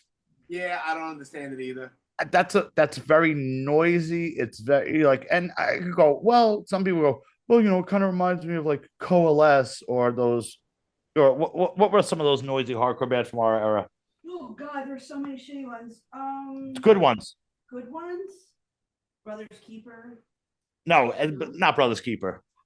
What should I think of? There was one band that was like fucking real noisy. Like they began with a C. Converge. Thank you. You're welcome. Converge, yeah. They were noisy, but they were like fucking insane. Yeah. They were good. It's kind of like, you know, they were like Aaron the guitar, because there's two Aarons in Bane, but Aaron the guitar player in Bane, Dahlbeck, used to play for a while in Converge. Yeah, there's a lot of shit that's still coming out right now. It's like, for instance, like you remember the band Majority Rule? I do. Yeah, I haven't heard. Here's a band I gotta talk about. Not Majority Rule though, but so the band has another band called No Man, and the guitar player Matt, his wife Maha, sings. I think they're on their third record now, and they're through they got a record through Iodine, who's been putting out some really good shit. They did that Quicksand Slip reissue that was fucking immense. One of my favorite records of all time. Slip? Yep. No, give me the new one. The new one? Yeah, give me the new one. That's it. Slip is one of my all-time favorite records. Okay. This band is fucking nuts. Really? This band is fucking nuts. I highly suggest people check them out, you know. And because Michelle grew up with the Majority Rule guy because they're from the DC area. So, you know, and then because Dolbeck also played, speaking of Dolbeck, played Be Well. Yeah. That's right. He also played in Be Well, which is an interesting band because that's Brian McTiernan who used to play Battery. Yep. He was on here too, as a matter of fact. It's funny because when we did those, Fahrenheit did the first two reunion shows, Be Well was on the first two as well. Because they had said, hey, do you want this day or that? I was like, I want both days. And I was like, Be Well's playing. I was like, fuck yeah. So I finally Michelle knows McTiernan from growing up in that area. And she knows her brother, Mike, from Damnation AD. Right. Damnation were fucking heavy back in the day, dude. I've told Mike this a couple times, like, dude, you guys were silly though. He's like, what do you mean? I was like, you came with like the Radio Shack gimmicks. You had the flashing lights, the strobe light. I think you had a fog machine at one point, and it all was like the shit you buy at like the backside of a Radio Shack. Radio Shack gimmicks. Yep. It was like, dude, that's what it was like. But they were fucking. I remember they were like so loud they made you nauseous. You know, it was just like oh god, Enough. Your fucking chest is just compressed. You're like, guys, turn it down a little. I mean, I'm like in my early 20s, like, guys, these guys are way too loud. Nuts. Yeah. Turn them down, you know? And then all of a sudden the strobe light goes and you just get like, oh my God, my equilibrium. Fucked up. Yeah, your equilibrium gets fucking cut your whiskers off. Yeah, you're all it was fucking, they were fucked up, dude. They were great. But yeah, the quicksand slip, man. It's also a time and a place thing for me as well. You know how music is; it brings you right back to a certain point. Man.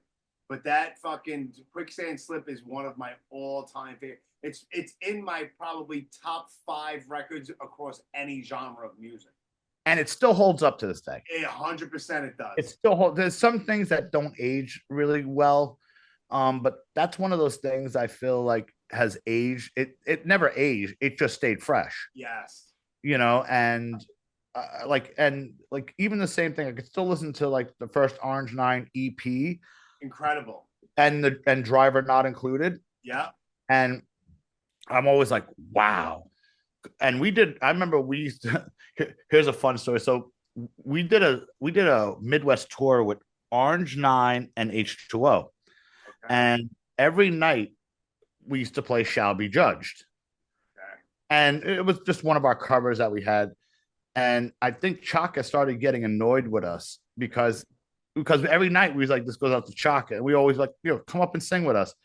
He's like, and he really felt we were sort of taking the piss out of him, which we kind of were in a way. Yeah. And then like they left halfway through the tour because they were jumping on another tour and we were getting, I don't remember who joined us, but I remember like the last night of the tour, like all of a sudden he just jumps up, he fucking sings the last half of the song. I was like, oh, finally he came to life. And then of course, like literally like 6 months later, 6 months later, Burn went back together. This is like they had a thing like that. It was basically Orange 9mm with Gavin added to it. Okay. And we got to do a bunch of shows with them. And you know, Gavin's a pisser, dude. Like I love Gavin. Gavin wanted to kick the shit out of me at one show. Did he? I recorded with him too in his gym years ago. Yeah, I did that years ago too. He me and Armando, this is like in the early 2000s, and he was playing bass for Big Collapse. Okay. And I think it was Josh who used to play in Shift. It was one of his many bands he had. So Gavin was in the band Die 116, and I hate to say a lot of people are like not familiar with them, but I'm not really familiar either. They're noisy, they're chaotic, they're just they have this thing about them. I can't explain it. They're just experimental, but yet they're passionate, but yet it's like this makes no sense, but it makes all the sense in the world. Okay. All at the same time, it's just like, you know, and they would go for it on stage. So they used to have this. When they put out their full length, they used to have this song called Thurston Moore Don't Tip. Okay. You're gonna see why he hated me. So me and Armando fucking pregame somewhere else, and we wound up going to the Knitting Factory and was on Leonard Street, and we were already we were probably stoned, probably tuned up too. Yeah. And we're like, there's nobody at this show. It's like it's like me, Armando, the sound guy, and like 4 other people. Okay. And they're not playing the main stage, they're playing one of those basement spaces. So I'm basically without a fucking reach of Gavin. And in between every song, I'm like, play Thurston Moore Don't Tip. And he's physically, I could see him like burning me with his eyes. Like he literally, from what I talked to him like years later, he's like he was like one step away from putting the bass out, coming over and choking me the fuck out. Nice. And I was like, dude, and I apologized. I was like, dude, I know I was being drunk, obnoxious, and an asshole. He's forgiven me, breaking your balls, you know, and just like, but he was not feeling me at the time. No, Gavin's another lovely person, but you push the buttons in the wrong way. Of course. He's such a bad decision. It was a very bad decision. I mean, me and him got to jam on a. Me and him, he asked me to be part of some band he was putting together, but it was just at the time I was in Fahrenheit, had just was doing one of our many reunion cycles. I think was still in District 9, and I think I was in, well, excuse me, Princess at the same time. So I was like, I can't take another 4 bands. I can't do it. Right. And it was fun. It was nice to actually play with someone I respect as a guitar player, because that's where I ape some of my stuff from. And him, the Fugazi guys, fucking, Black Flag is like another huge influence in my playing. Yeah. That's the hardcore thing. And then the rock and roll thing, it's mostly fucking like The Who and the classic shit. The classic shit. The shit I grew up with, my parents' music, because I love doo-wop. I love oldies. Yeah. CBS FM was always on when I was a kid. Yeah. When I'm in my car, I very rarely will sometimes if I'm in the mood, I'll throw on some hardcore shit or whatever. But I throw on Sirius XM, bro. I put on classic vinyl, bro. Classic vinyl. I'm fucking driving wherever the fuck I'm driving to all this old shit and fucking the Eagles. I grew up listening to that shit. Yeah. So it just brings you back to being a little kid. Yeah, I mean, I still have a love for the Beatles. I fucking love the fucking Beatles. People shit on them. I will listen to the Beatles all day long. Here's the thing with the Beatles, right? It's for anybody. It's easy entry music that is so simple. It's so singable. It's catchy. Yep. It's everything music should sort of be. It's entry level. It's advanced. It is. It's been transcribed in 100 different ways, from Muzak to classical and back again to jazz. Yeah. So it's relatable on so many levels, and I always find it funny. Kids love that stuff. Kids absolutely love the fucking Beatles when they grow up. Yeah, man. And I think people are gonna be listening. That's one band that 100 years from now, people will still listen to the Beatles. Absolutely. And their catalog is only 280 something songs. It's not like they have thousands of songs. It's only 200 and change. Yeah. But there's some real fucking classics. I mean, I would say more than half their catalog is just a classic. Yeah. Thing. It's just that thing. I don't know. It's just whatever. So quick question. Last night it was funny because let's shift into something. What we were going back. If I was on the train, it was pissing me off because I was losing service as we were texting. I know this. Fuck. I can't get it. Exactly. I'm fucking sending, but he's gonna, and then I'll get service, and you'll have 7 texts, and then my shit will be all out of order. And then you're like, I got to get this out now. Right. I'll introduce this. So yesterday, I have a thing for an affection for cemeteries. Yep. And we established this a little bit when we went to the Dan Lilka thing, a generation. Yes. Remember? Yeah. So, but yesterday you sent me a still from State of Grace, and you were like, "Where is this?" And I was like, "All right, that's the New York State Pavilion in the background. There's only really one cemetery over there." That would be Calvary, but it's not. No. It was Mount Hebron. Is it? It's Mount Hebron. It's a Jewish cemetery. Okay, I gotta go. Yeah. So so when you the shot you showed, that's Mount Hebron. It's right in Flushing. Well, it's kind of Flushing. Anyway, and I was like, oh yeah, I think I know where that is. And I was like, because I know you like to load up the fucking, try to get those angles going. Yes, always superimpose the before and after. Yeah. So I was like, oh yeah, it's Mount Hebron. It's probably the lower section. It's so funny because I sent you a couple photos yesterday of those open crypts, and we took me and Michelle. That's St. John Cemetery, by the way. So been there dozens of times. It's such a fun, not fun. I can't say it's a fun cemetery, but it has a lot of history. Just on the mob side alone, that's the who's who. I mean, it's the who's who. Majority are there, and a lot of them Calvary. Calvary, a couple. Yeah, Calvary has some interesting folk in it. But St. John's is probably the most bang for your fucking buck you're gonna get. Yeah. It's just that with unlike fucking Woodlawn or Greenwood, which are definitely tourists. They want you to walk around. They want you to be involved. St. John's is not like that. St. John's is an active cemetery. You have to be respectful. Because I've seen some YouTubers like, well, I just got kicked out. And I'm like, yeah, because you're going in with a fucking little mini camera rig on a gimbal. Really? It's like, dude, you got to get in, get out. You could walk around. They won't bother you. They won't bother you. You got to, but if you're like, hey, so today, hit that like button, subscribe, they don't, like for instance, everyone always goes up into the John Gotti fucking into the mausoleum. The cloister. Yeah, they see him, they'll see Carlo Gambino. Yeah. And Croce is in the same one. Yeah. Fucking Johnny Dio's in there. Yeah. Paul Vario and his whole fucking family is in there. There's so many fucking mobsters.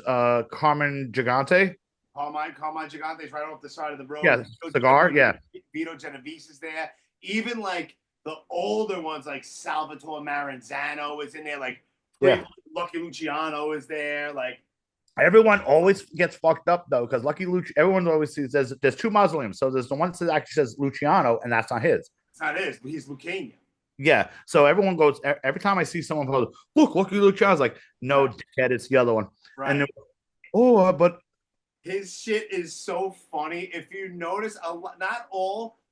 But I noticed that a lot of the mobsters, if they're not in a cloister, like in a mausoleum, a lot of them are right on the side of the road. So you could still see them. A lot like Carmine Galante, Salvatore Maranzano, all these. But then with that in my mind, I look at fucking Lucky Luciano, and he has the corner plot, and there's nobody around him. He's just dead set. So you're going down the main road, and it's like you can't help but notice that right on the corner. It's like, hey guys, I'm right here. Yeah, I think, like, I know when I look for Paul Vario, like, so I mean, I'm sure you use Find a Grave. Of course, one of the greatest. Find a Grave is great, but Find a Grave is sometimes wrong to a default. Like a lot of times they'll have, like, I hate when people post up a photo, but then they don't post up a GPS or a section GPS coordinate or nothing. With nothing. So fucking, and then it's like so. How we found Paul Vario, we were actually the ones who put that coordinate into Paul Vario's for the Find a Grave, because I'm like, all right, where is this? And they had an old picture. I'm looking, I'm like, all right, there's buildings in the background. I was like, this is probably the section across the fucking road. Right. And I was like, all right, it's a family tombstone, it's really big, whatever. And we found it. It took about 10 minutes, but we found them. And like the same thing with like Jimmy Burke, or Jimmy Conway, depending on which the real guy, Jimmy Burke. Yeah. So, like, he's out in St. Charles and Farmingdale. Same as how I feel and the DeFeo family plot. DeFeo family, the twin sisters who sang in the band the Shangri-Las. Yes. Walking in the sand, and they're both there. There's another guy who's a random, very known mobster, but his name is Cesar Bonventre. He was standing there. He was one of the bodyguards that was in on the whole thing where Carmine Galante got whacked in the back of John and Mary's Italian restaurant. He was found cut in half in 2 different 55-gallon drums in Jersey. Oh my God! But he's very close to Pete Steele. Yeah, Pete Steele's stone is amazing looking. Yes. Yeah, man. I took black. It just it reeks Pete. It's just like it's perfect for what it is. But yeah, like with Jimmy Conway, it was like I knew he was out there, but there was no coordinates, there was no photos. Right. But I knew he was out there, and I actually, I found out that cemetery, along with some of the others, has their own website, and it has their own directory. So it's like, oh, let me check this out. It's like, oh shit, here it is. Why hasn't anyone figured this the fuck out? Because some cemeteries are not user friendly, as I say. They're not. Calvary is a shit show. Calvary's, the office is hardly ever open. Right. Like I said, there's a few where the office isn't even on property. It's just Like St. Raymond. There's a guy in St. John's, and I don't know why I'm having a fucking. It's pissing me off. I'm having a major fucking brain fart. Lobster or someone infamous? He is one of the guys that was the Daily News columnist who was doing. Oh, Jimmy Breslin. That guy. There it is. Breslin. I'm googling it as you're talking. It's like Maury Terry keeps coming up, but it's not him. Jimmy Breslin is in St. John's, but so is Geraldine Ferraro. I have a picture of her. So it's Geraldine Ferraro. Yes, but Jimmy Breslin, there's no fucking GPS coordinates for him. It's just St. John. And I even go into, at least according to Find a Grave, because I go into the directory and it's not listed. So it's like a fucking. Here's the thing. If you go in, and I know I haven't done this myself, but I know people who have. If you go on asking for certain infamous people, they refuse to tell you where they're at. Right. They kind of don't want. They know that they're a mob cemetery. They don't want the tourism, right. Because there's just, it's a still active cemetery that definitely buries still. Yeah. And, it's just, I get that, like when we go, me and my wife usually like to go in the spring and the fall because weather's a little bit more agreeable. It's before the bugs start coming out. Yes. And the bugs will fucking destroy you. Yeah. Like the time we went to go visit Harry Houdini in that cemetery, neither one of us are going to try to pronounce. Yeah. I was like, yeah, it's something with a W, but you didn't. Yeah, I was like, whatever. I don't know where I got the fucking W from. That cemetery is a fucking shit show. Yes. Past Houdini's grave. Nobody takes care of it. We decided we took like 100 yards in over the hill, and I was like, dude, this is a shit show, and I'm already torn up. A lot of them are like that. Beth David, the one that I showed you with Chuck Loeb, Maury from Goodfellas, and I was gonna say Howie Mandel. Not him. I sent you the other actor, fucking Guy from Taxi, Man on the Moon. Yeah. Andy Kaufman. Andy Kaufman, but then there's the other guy too, who was in Alone in the Dark and A Night of Ed Wood. Oh, Walter Matthau. Walter yeah. Matthau? No, not Walter Matthau. Abe Vigoda's there. Abe Vigoda, but there's another one I sent you. Fuck, not Walter Matthau. That's the guy from no. Walter Matthau's in Pierce Brothers in Los Angeles. Yeah, I was out there last summer and I hit up a bunch of spots in Los Angeles. I'll tell you. I mean, everyone's probably like, they're talking about graveyards. I was like, dude, graveyards. I talk about this shit all the time. I have graveyards are the best, though. Here's the thing: we're all gonna die. Yeah. It's inevitable. People are afraid to talk about it. I think I started going. It's funny because me and my sister were talking about this once because she knows she likes graveyards too, but not to the extent I do. But she does like them, and I could pinpoint my love of them from two things. And the one is because when we were younger, my parents, when I was probably 4 or 5 and my sister was 2, we went to some random wake in the neighborhood. It was the first time seeing a body laid out, and and what I was like, oh my God, what's this? And it was like, oh, it's a wake. And I was like, what are they going to wake up? Why do they call it a wake? No, you're a kid, you don't know anything. Sure. And then, then a year later, my great-grandfather passed away, and then we started going to wakes. It seemed like every year or two. So we were always in the neighborhood. There were 2 or 3 neighborhood funeral homes that we were always going to. And it's it became oh, that guy still works here? Really? And between that and anytime we would visit family out in Queens, we would go over the Triborough, the Grand Central, and you pass by St. Michael's. Okay. And I'd always wow, look at that. It's like a city of stone. And until you got, we started traveling, let's say, over the Kosciuszko, and then you see Calvary. Yeah, which is Calvary is amazing. It's confusing as fuck. Yeah, there's 4 sections of it. You got to cross over. It's a whole. It's what, the first 3 sections are easy. Because you have the one that starts on Queens Boulevard, and then if you drive straight through, you get to number 2, and then number 3 or 4. I think it's 2, 3, 4. I'm not really sure the numbering system. I think so. I think you're right. Yeah, but even there, for instance, everyone was very confused. I saw a couple of YouTubers do Tony Bennett, and you're like, why does he have such a simple stone? It's he's dead. Right. It's dude, some people. There's a lot of people that have very simple stones that you would think, Albert Anastasia. Oh yeah, Flatstone. Very Flat. simple. Very simple. It's amongst Crazy Joe Gallo, flat stone, Flat. up on a little hill. Like The streets are gonna run red with blood, Joey. Right, nothing crazy. What I was also surprised, like it was, I don't know, at some point I was in Vermont, and of course I'm like bored. I'm like, all right, famous people buried in Vermont, and I go and there's a cemetery. It's maybe, I don't know, 1,000 feet. It's nothing, and nothing is raised. It doesn't look like a stone garden. You know what I mean? Everything is flat. So if you drove past it when you didn't know it was a cemetery there, you wouldn't even know. But I go in there and it's like, this is crazy. I'm saying it's a very, very big, but it's flat to the ground. Fucking Charles Bronson. Oh yeah.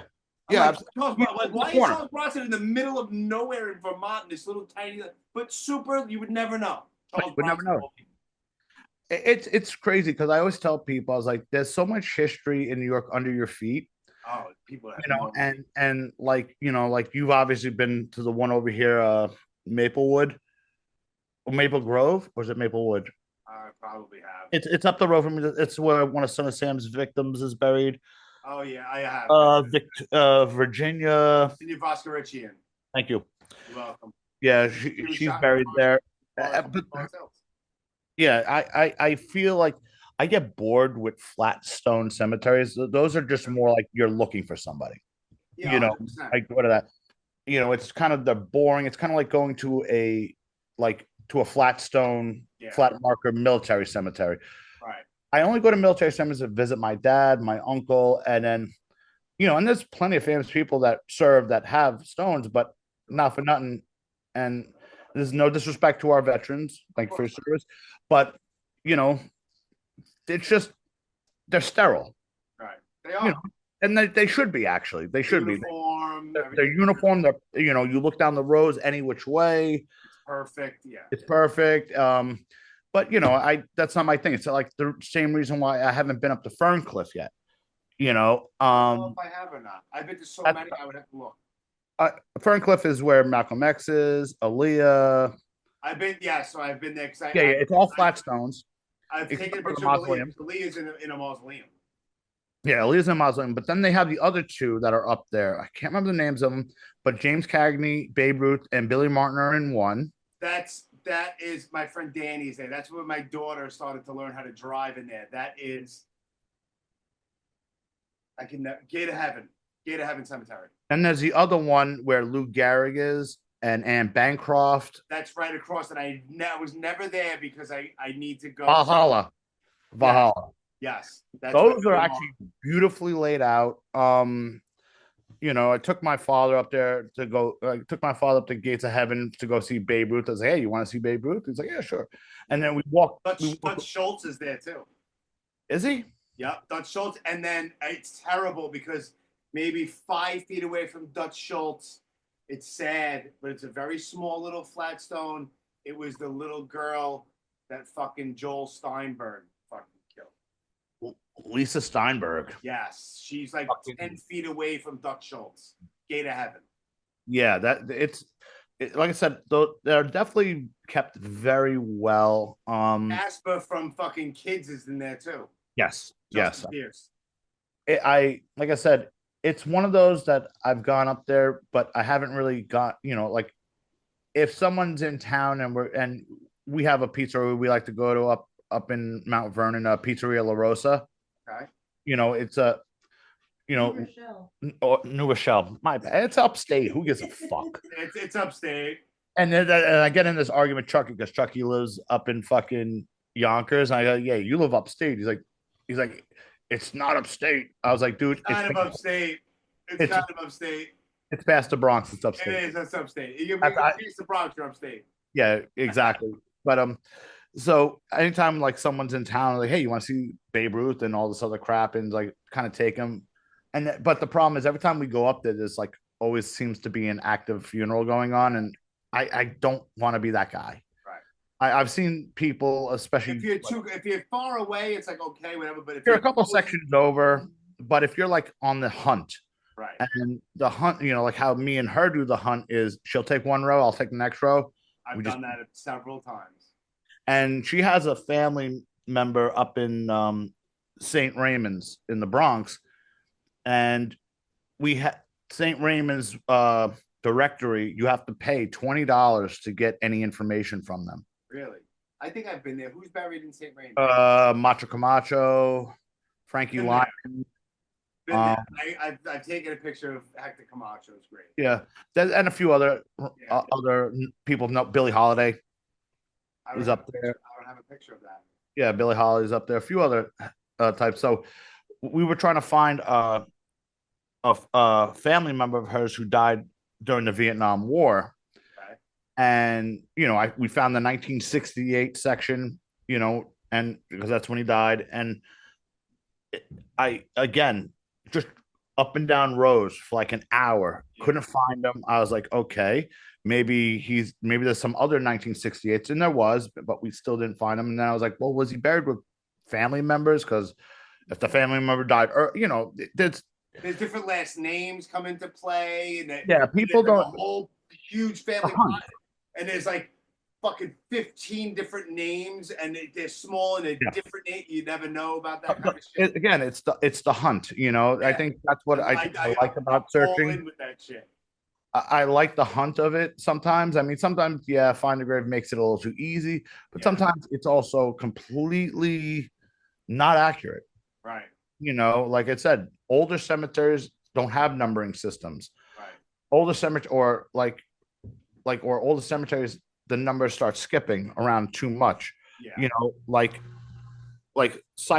what is it? Cypress, I think, has a fairly decent numbering system. Isn't that where is that where Jackie Robinson is? Cypress? Yes. Okay. Yeah, Jackie Robinson, Mae West, bunch of fucking people there. Again, beautiful cemetery. You kind of don't want to hang around there too much, but they want you to visit, but they want you in and out. Yeah. So they have markers everywhere, but it's very active. They're putting people where they can fit them. Like I said, my whole thing with cemeteries is it's a park without people living, at least. Yeah. You don't have to deal with screaming kids. Yes, it's a sad place, but there's also the history of it. You walk by, especially if you're walking past, like Calvary has a lot of this. If you know where to look, if you walk past, there's still the old black and white photos in the little frames. Yes. There's a lot of history on those stones if you know how to read them and what to read for. Yeah. Some of them you can't read nothing at all. Well, yeah, a lot of the older ones are made of limestone, and there's another material, I want to say sandstone. People did use sandstone, and it's not so much the weathering, it's the pollution that really destroyed them. Right. It's the acid rain. It's like the other day when you were like, send me another picture of the Godfather, I knew exactly where that was. I was like, oh, that's the Johnson Mausoleum. Like, when I know random things like the Johnston Mausoleum. Right. See, now that I know that that's the Johnston Mausoleum, now I'll be able to find that spot. Now, the funny thing about that mausoleum, which section of Calvary is that in? It's in the back. It's going towards the Costco. 2, 3, or 4. The big one, the main one. That's one. Old Calvary. Okay. Old Calvary. That's over by the Costco. Yeah. The entrance is over by it's over there by where the Midtown Tunnel is. Okay.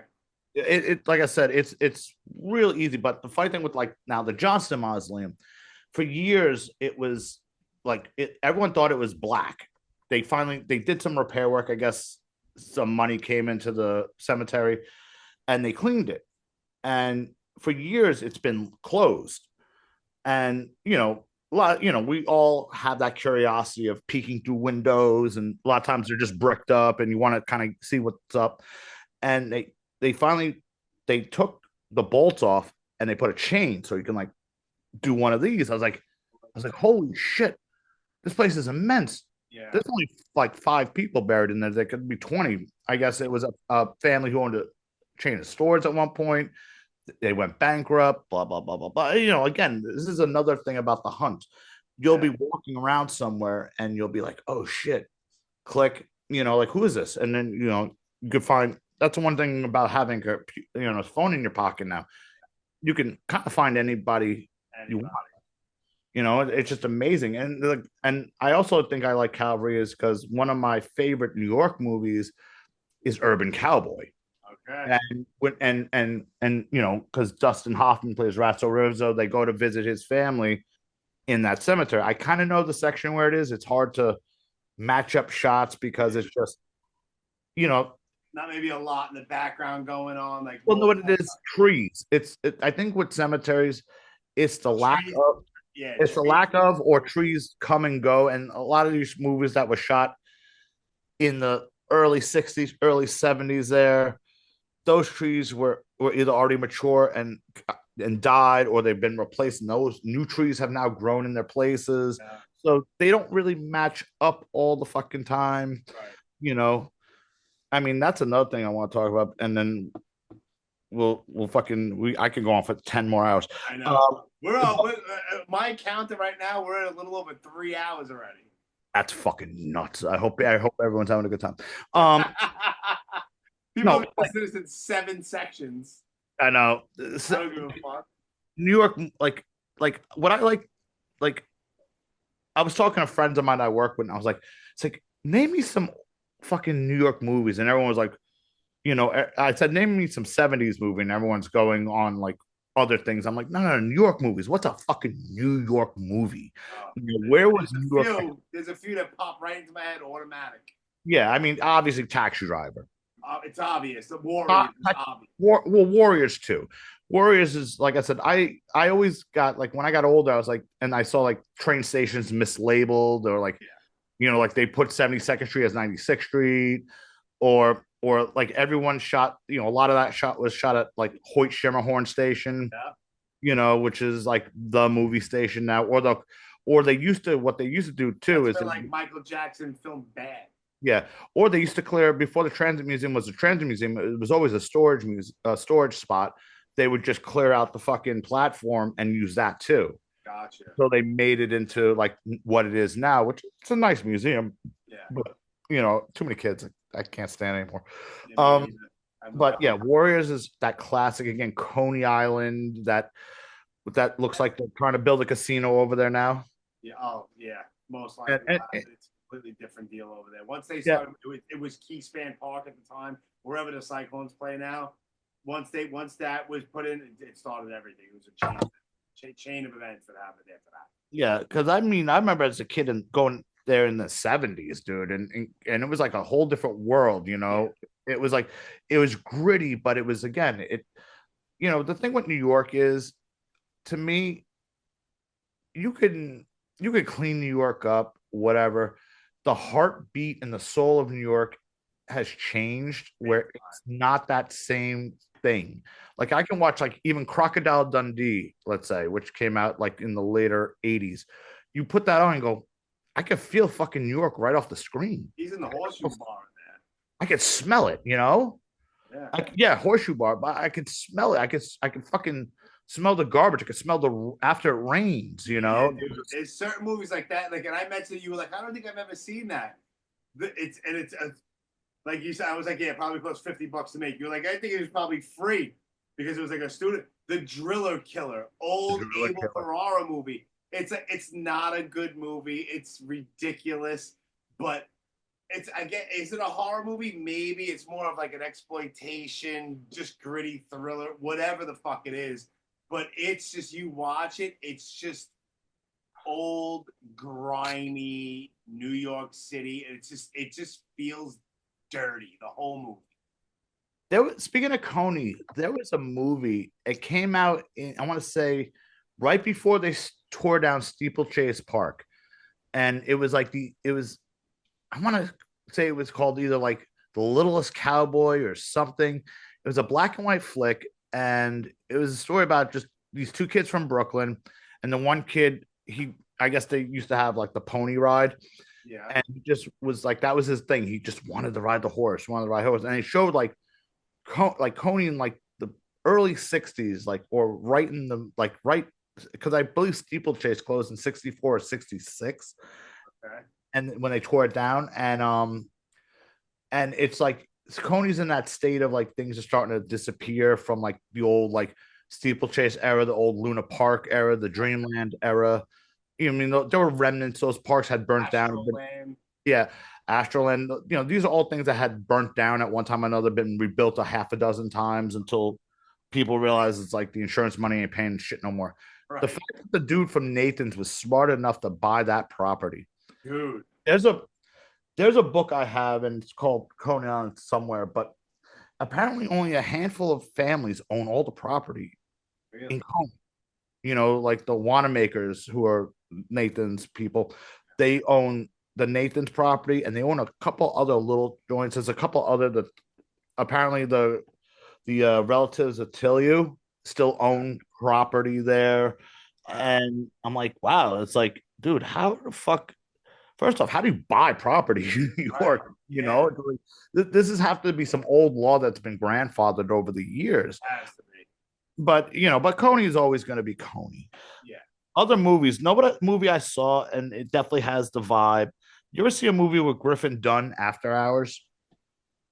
I don't think I've ever. It's a weird fucking flick. Griffin Dunn's in it. A bunch of people are in it. I think Melly Griffin's in it. And Griffin Dunn's the same dude that was in who's that girl? Yeah, no, he was also in American Werewolf in London. Yes. Okay. It's a strange flick. It's a very strange flick, but like in the movie, it's like the premise is where he's just this. It's just like this straight-laced guy kind of going into the club scene of like the Lower East Side and the Phi Die and everything else. He's walking around like a lot of the cobblestone streets, like like fucking. He's over by Great Jones, then he's over by fucking all these other blocks, and you go, oh my god, those buildings are still the fucking same. Yeah. And it's a weird movie. Cheech and Chong are in it. It's just like the premise makes no sense. It's kind of like, he's kind of like out and he's just getting chased around fucking like the whole lower Manhattan area. After Hours, huh? Yeah, and it's funny because there's a couple of dudes in that movie that are like, when they get to the punk club or the new wave club, there's always one of them. And it's always like dumb. But there's a couple of dudes wearing like original A7 t-shirts in it. Oh, fuck. Okay. Yeah. And it was shot in like 85, I think, or 84. Yeah, but I have to hunt that down. See, I'll watch that just because it's on streaming right now, actually. It's a weird flick. It's a weird flick, but like I said, I like weird. Like, or then you have like 3 Days of the Condor.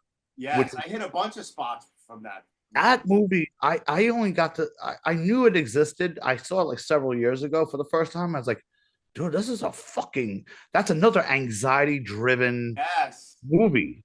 Yeah. It makes you uneasy to watch it because Robert Redford is just like some unassuming fuck the whole time, and he's just being hunted the entire time by fucking who was it, Max von Sydow? Yeah, fucking Father Merrin. Yeah. Or like Marathon Man. Oh, I hit a whole bunch of spots from that. Dude. Incredible, dude. Dude, Marathon Man is another one. It's like there was a certain people sleep on those movies. Like there's the soda candy luncheonette spot from 3 Days in the Condor. It's a diner / candy store. It's exactly the same today as when Night of the Condor. I'm looking right now. It was 1975, the year I was born. So it's 49 years old, probably 50 years old. 138 East 83rd on the corner of Lexington on the Upper East Side. Exact same. I even went inside because there was a shot inside of him sitting at the counter. It's the same.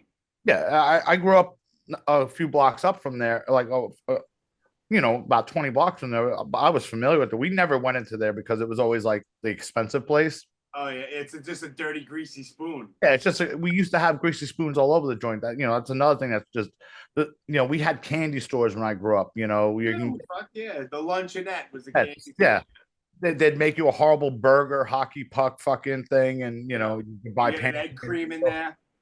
Back in my day, Subway was a nickel. Right, exactly. But Night of the Condor again, Marathon Man. This is where like New York played a major role in the background. Like you could watch those, and if you're from here, you know exactly what that block is like, the smells, the vibe.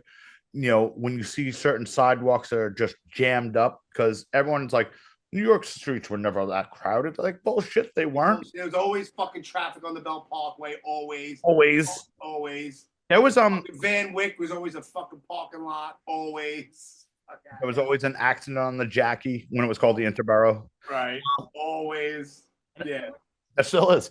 And that's it's funny because we were talking. So me and my drummer Jason were talking about the Jackie Robinson, and we are like, it's funny how they've renamed things over the years. Like now, like you have the RFK Bridge. I was like, it's the Triborough, bro. Triborough. Ed Koch, it's Queensboro. I remember when they tried to make the West Side Highway the Joe DiMaggio. Right. They tried to look, it's the Joe D. I'm like, no, it's not. It's No, West Side. What's the Brooklyn Battery Tunnel now? The Brooklyn Battery. William Carey. Yeah, some shit. It's named after an old governor, I think. Yeah. The but, Battery Tunnel. Yeah. But the thing is, like the Jackie Robinson, actually that one kind of stuck because it was the Interborough. I think it just flows better. Yeah. Like, got to go on the Jackie. Yeah. Or we got to go hit the Franny Lou, Francis Lewis Boulevard. Yeah. It's just things that New Yorkers like refuse to do. It's like, fuck out of here. Someone's out of town. It's like, well, I got to take the RFK. It's like, you're not from here. You're definitely not from here. You're not from here. No. I still call Citi Field Shea. I found myself saying that too. I was like, yeah, we're going to Shea. I mean, Citi Field. It's like same here. I do the same thing. But yeah, like I said, I think there's those movies from the 70s and the late 60s that were shot in New York where there's that, again, it's this creepy, anxiety-filled thing, this paranoia that like you can't shake. Like you even get that like in the French Connection. Yes, incredible. The French Connection, freaking great. Serpico too. Serpico. A slept-on movie. You ever see Audrey Rose? No. You never seen Audrey Rose? Fucking creepy with a very young Anthony Hopkins. Really? Audrey Rose. Yeah, it's some crazy, almost supernatural, fucking, but super creepy and pre-Elephant Man. Pre-Elephant Man, Anthony Hopkins. What year was Elephant Man? I want to say 1980 or 81.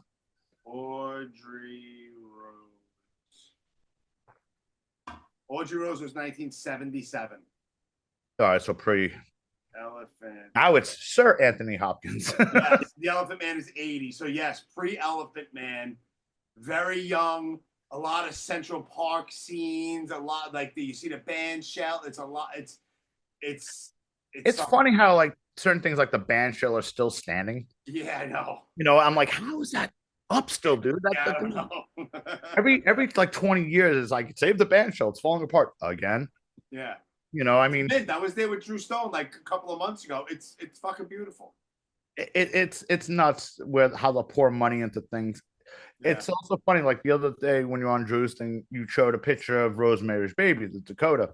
Yeah. And so here's my story of the Dakota. So there's an iron worker I worked with who was the relief doorman at the Dakota. So he would be like, I was like, so what's it like? He's like, it's interesting. He's like, it's not a lot of tenants. It's like, because there's only like 2 apartments per section because it's basically it's 4 separate lobbies. Yes. You go in, you go to the security guy, and then from the security guy, you go to your section, and there's no doorman in those sections. You ring the elevator, comes, gets you, whatever. And I was like, oh, okay. Interesting. And he's like, but here's the thing. So he was telling me very interesting stories. Like, he's like, dude, Lauren Bacall was real salty. Really? Yeah. So Lauren Bacall had a thing like, so you're not supposed to pull cars into the courtyard. It's very tight. She demanded that they pull the car in for fucking her. And her driver would pull up onto this curb in the courtyard, and then he'd have to he'd go meet her at the elevator, grab her dog, walk her down the stairs. Here you go, Mrs. Bacall. And she's like, yeah, she was kind of salty. She still called people of certain ethnicities certain names. Yeah, we're not gonna get into that, but yeah, But I get it. I think everyone yeah, who's she didn't use the N word, but yeah, you know, say another use the different D word a lot of times. little racial epithets. Yeah, but he was like, dude, he's like, it's so weird. It's like it's such a beautiful building, and he's like, I was like, and I was like, how was Yoko? It's like she never said anything to us, just fucking came in, went, whatever. Like, Yeah. he's like, he was there. I think when when Maury Povich lived there. Leonard Bernstein was already way dead at that point. I think he died. I visited his grave. Where's Leonard Bernstein? I visited his. Greenwood. Is he He's up Greenwood? on Greenwood. Yeah, he's up on the Battle Hill, Oh, of course. the highest My point. mother is in Greenwood, so I'm there often. So I like Greenwood. it's a beautiful cemetery, but I get the touristy part about it. Yeah, you know what it is with Greenwood. It's see, here's the thing: what people don't realize with cemeteries, right? People used to picnic at cemeteries. It was kind of like the alt. We didn't have public parks like that, so Right. this was your next best thing for a public park. It was like, so there's some people like, oh, they were having lunch with their families. Like a lot of times, no, it was like an oasis. It was a batch of greenery. I mean now, yeah, it was quiet. I mean now I've seen people bitch because when we drive through, we'll see people like walking their dogs and fucking, going, taking jogs, which is fine, as long as you clean up after your dog and do whatever it is you need to do. But, I'm of the mindset of in 100 years, are we going to start moving things? Right. Because Calvary 1 is almost full. A lot of people go, oh, there's all the empty space. Like, no, there's a lot of unmarked graves in Calvary. Calvary was enacted because the churchyards in Manhattan got full at one point, and then there was the whole thing about cholera and everything else. So they, over a course of time, they emptied out the churchyards, and they brought everyone over to fucking Calvary, First Calvary, and a lot of people couldn't afford headstones. I mean, the industrialization of funerals is way out of control. Because think about it, before the Civil War, we didn't have embalming. Well, there was embalming, but it wasn't, it was a rich man's thing. Yeah. Embalming became a thing, and then all of a sudden it became, instead of waking someone in your living room, now you put them, the funeral home takes care of it. Instead of having a carpenter or a blacksmith or someone make a casket, now it's mass produced. And if you've ever had to deal with funeral homes, they upsell you on everything. Yes, that, and then you had the vault. You had to put the casket Altar. in the vault, because if you just put the casket, it's going to collapse, and you don't want that for your loved one. So there's a vault that the casket goes in. Honestly, it's the vault thing is now a requirement for a lot of cemeteries. Still some cemeteries in New Jersey that are vaultless, but they do that because it's a liability, because caskets, it's about 2 tons of dirt that goes on top of a casket when you backfill. Yeah. So eventually that casket's going to just collapse. Of course. It's going to cave in. So now it's just to keep the ground, because if you go to certain sections in Calvary, especially turn of the century ones, these are pre-vaults, and if you look, you can see dips. Yeah. And everything. So a lot of caskets have collapsed years ago. When I went to Flushing Cemetery, that's where Johnny Thunders, Jerry Nolan, and Louis Armstrong are buried. We went to go see Jerry Nolan, and there was a whole fucking, it had to be like 8 feet across, and the whole thing had collapsed in, and it was deep. I think it wasn't just a casket collapsing. I also think it was just, sinkholes. Sure. It's like I said, everything's a money grab, dude. That. It's fucking big business, man. It's big business, It costs a lot of money to fucking bury somebody. This is why the one thing I've taken away from my trips to cemeteries is I don't want to be in one. Right. I want to be cremated. Bro, I told Michelle, flush me down the toilet. Yeah, I told whoever's around when I fucking tap out, whatever is the cheapest and easiest, because I do not want to be a burden on anybody. I don't want to be a burden on anyone in life or in death. Whatever you choose to do, cremate me and do whatever you want. All right, I'll tell you how the cheapest way to do it. There's a thing called direct cremation. Okay. When my older sister passed away, my brother had called me and they were living in Savannah, and I was like, well, what do you want to do? He's like, well, I want to cremate her. I was like, don't call a funeral director. Look up direct cremation. The people who run the cremation service, they cut out the funeral director. They come, they pick her up, and they cremate her. So, and it cost him like $300. Really? Yeah, you go to a funeral director, it's going to cost you at least over $1,000. Right. So, I know way too much about this stuff. Yeah. Way too fucking much about this stuff. When people always like, why do you know all this stuff? I was like, dude, I got to put something in this head besides fucking music shit. Yeah, same. It's again, the cemetery thing dates back to my love of history, dates back to my love of New York. Yeah.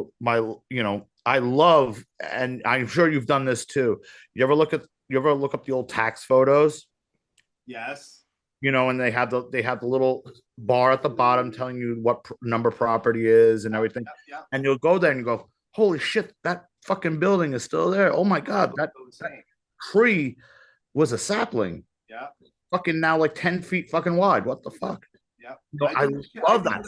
I do basically relatively the same kind of shit that you do for historical reasons, nostalgia for myself. It brings me back to when I was a kid if I'm in certain places. And like you mentioned, like New Rochelle earlier before, automatically certain shit pops in my head. Like that's where they filmed. It was on Alfred Lane, is right across the street from each other. Is where they filmed the Goodfellas scene where Ray Liotta walks across the street and pistol whips the guy in the other driveway. That's on Alfred Lane up in New Rochelle. Like I know all these things because it's all nostalgia and it's history to a certain point. I mean, Goodfellas isn't history, but there's the whole mafia thing, and it's all intertwined.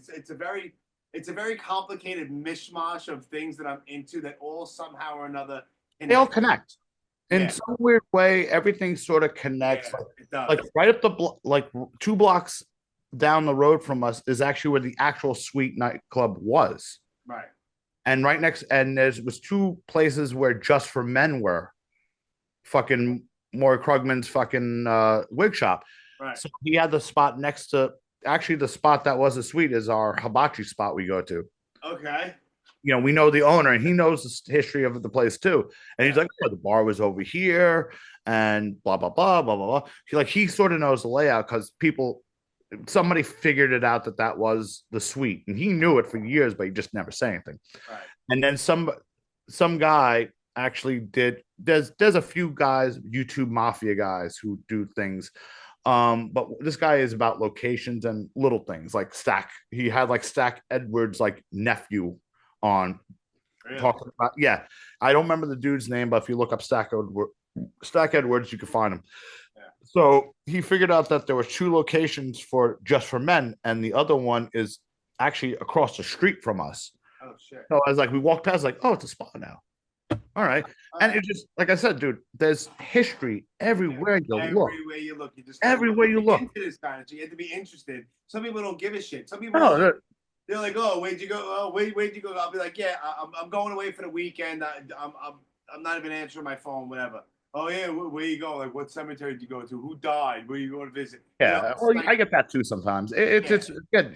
It's feeding the mind, and even though it's to some people it is useless information, and let's be real, some of it really is useless information. Of course it is, but it interests us. You're allowed to enjoy something just to enjoy it and fuck with anyone else. It interests us. That's what's the most important. Again, it feeds your fucking mind, and then like I like how they do things in London, for instance, like. They have the blue plaques on everything.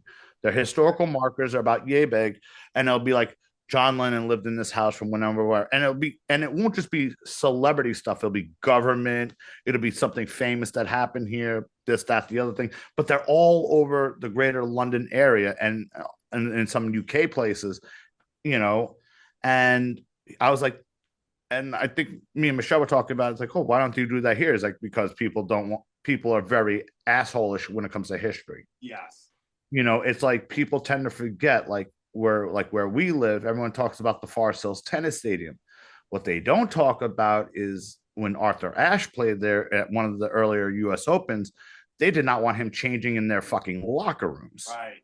We tend to forget that Jim Crow shit was up here too. Sure. Yeah, but man. people, God forbid, people don't want to, I just want concerts to be there. I don't give a fuck about the concerts. I'll be honest. There's nothing there that I've wanted to see except maybe when Rancid played for here. Right. It's like I could give a fuck less. All I know is those between the concerts and everyone coming here, it seemed to raise my fucking rent. Right. There you go. But whatever. It is what it is, dude. I like I said, it's a shame because I see the spirit of New York and what it was, and now I see like things that get filmed here all the time, and it's become very vanilla. Yeah. It feels like the soul has been sucked right the fuck out. Yep, the village is not the village anymore. No.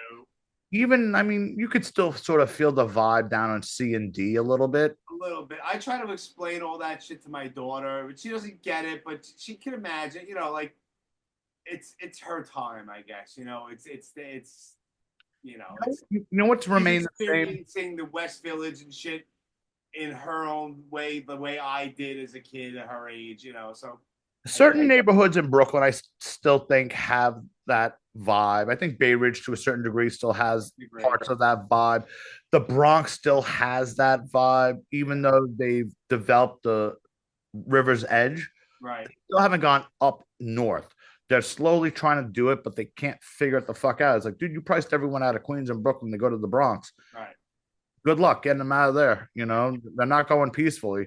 No. They're not. I just think, again, New York for New Yorkers. Yeah. We're all here trying to make a fucking living, and for us that have been lifelong New Yorkers, we know what the culture was. We know the shit that came out of here, and the great music, and not just punk or hardcore, but jazz and fucking and art and poetry, and there's so much that came from here, but it seems to be getting stripped away every fucking year for something new and improved, and there's a whole bunch of new people who come here. It's like, well, I like new construction. It's like, dude, you're getting rid of the personality. Yeah. Like there's another thing, like my daughter, like we'll be driving around, like we'll be down in the city or whatever, and my daughter, I think she has like a very old soul, and she's looking at the architecture. She'll stop, she'll be like she'll point out architecture on these old buildings and shit, and then it'll bother her where it's like, oh, it's like another big glass fucking building, a glass. That's my.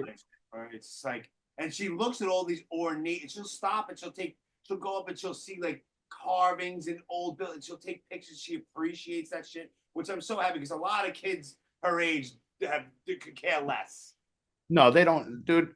And here's my conundrum. So I'm an iron worker by trade, and I have built a lot of modern, boring buildings. It's just what pays the bills. Sure. But at the same time, I'm like, man, I remember what used to be here. Like, and I built some cool shit. I've worked on some cool projects, but I'm also like, I was like, dude, another $5,000 a month rent fucking condo, or a fucking apartment building. It's like, fucking hell. I mean, it's progress, but I feel like we keep just tearing shit down for the sake of new, and like even shit like Frau's Tavern down in, where George Washington gave his goodbye speech, isn't the original building. Right. It's like they've marketed it as it's that. Same thing with Federal Hall. I've eaten in there. What is that called? It's the Frau's Tavern or Franz's Tavern? Franz's Tavern. Yeah. That's not the original building. Wasn't it bombed by like the Puerto Rican? Yes. Yeah. Yeah. I think the FALN or whatever. Yeah. And like I said, Federal Hall, that's not the original Federal Hall. The only building, like even Trinity Church, that's not the original Trinity Church.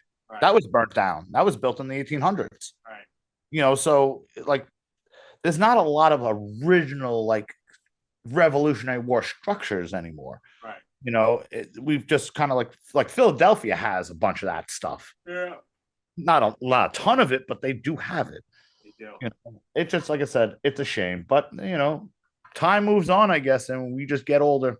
Yeah, it's inevitable. But eventually we'll be, well, you'll be down the toilet somewhere because you want to. Yeah, and you'll be thrown in a box in a fucking closet somewhere. Somewhere in a box in the closet, or just I don't know, dump me somewhere. I'm not gonna know any better. Whatever, do whatever you want. Yeah, Maybe I think we covered everything, dude. Bro, we fucking covered some shit. This might be a record. Yeah, It could be. Jimmy, My calendar says 3 hours 32 minutes. Yeah, I think it's time. Yeah, I think it's time. I think I might have to take a piss too. Yeah, I've been holding it. Cool, man. Brother, thank you very much. Dude, thank you, man. This was awesome. We could probably go on for another fucking hour and a half easy. Oh, easy. Yeah. Maybe Yeah. we'll do a part 2 and shoot the shit about being, exploring and shit. Yeah, no, most definitely. You know. All right, Jimmy, thank you. Anything? Hold on, real quick. I got to shout out Generation Records. They're my sponsor. Follow them on Instagram at Generation Records, located at 210 Thompson Street in the West Village here in New York City. And follow. The only thing I ask is follow the podcast at Relatively Unscathed, which is a whole story, but that's the name of the book that I have in the editing process. And the original Blast Furnace Instagram was hacked. I don't have access to it, but you can still see it, but it's inactive. So I just made a combination thing. So that's it. And other than that, what's going on with Crazy Eddie? Any shows coming up? Yes, we got 2 coming up. We're getting ready to record another EP because we just keep the ball rolling, and who gives a fuck? Right. We got a show coming up with Incendiary Device at Niagara, March 2nd, and just us and them. Cool. Unfortunately, it's not an all-ages show. It's 21 over, but we're back in the room. All right. It's free. Cool. And then in April, we're doing Bridge and Tunnel Brewery, April 26th with Human Trainwreck, Born Tired, and the Car Bomb Parade. I'll definitely be there because the Human Trainwreck guys, I got Mario who plays drums for EGH also. It's my guy. So yeah, I'll definitely be there as well. No, and you know, just chugging along, you know, because it's fun. Fuck everything else. Yeah, I agree. Fuck everything else. Fuck you want to do. If it makes you happy, fuck the rest. Exactly. That's what I say. Lenny, thank you, my man. And I'll be in touch. I have one more coming out before this, but this will be out in like a week. That's fine. I'll let you know. Yeah. I'll let you know the whole deal. We have each other's numbers. You guys are fucking cackling hens. I know. We're like too fucking watching. Oh God, I was like, I'm like, will you shut up? I know. No, I don't shut up. No. In my life, do you ever shut up? No, I don't. No, but dude, well, you know, it's funny because he sits there and says that I can talk to the wall and make friends with the paint. She's a Southerner, that's why. I'm a Southerner, but you know, I also grew up in a military household, so my dad taught me how to make friends with people because he moved around a lot as a kid. Right. You know, and that's the only way you make friends is by talking to people. That's it. So, yeah, but dude, we just spoke for fucking 3.5 hours easy. Jesus, dude, it's funny. It's just like. It was a little all over the place, but I didn't give a shit. I'll be honest. I don't give a shit either. You know, I don't give a shit. You're not putting this in there, right? No, we're still fucking recording. I don't give a shit. Oh, okay, I don't give a fuck. Yeah, I was gonna say on hit record. Point, I don't care. This is like the bonus shit. Yeah, like I said, good shit. I'm fucking, like I said, definitely a lot, dude. I could talk history all fucking day long. I could do this shit all day. And what we should do one day when our fucking schedules and shit fucking coincide, we should go fucking hit a cemetery or something, or we'll go to Mount Hebron so I can get my fucking State of Grace shot that I don't know I have in my phone for years. Or even it's gonna have to be a Friday. Remember, it's a Jewish cemetery. They're closed on Saturdays. Okay, or we could go to Calvary and I can hit that fucking Godfather spot with the Johnson fucking. Oh, that's we just did that. Yeah. We were just there like for that thing that I sent you. Okay. I don't want to say it on screen because you're still recording. Yeah, we'll figure it out. But yo, dude, let me let you go because I gotta piss. Me too. All right, I'm hanging up on you now. You got it, brother. Later, brother. Thank you. Got it. Peace. Peace.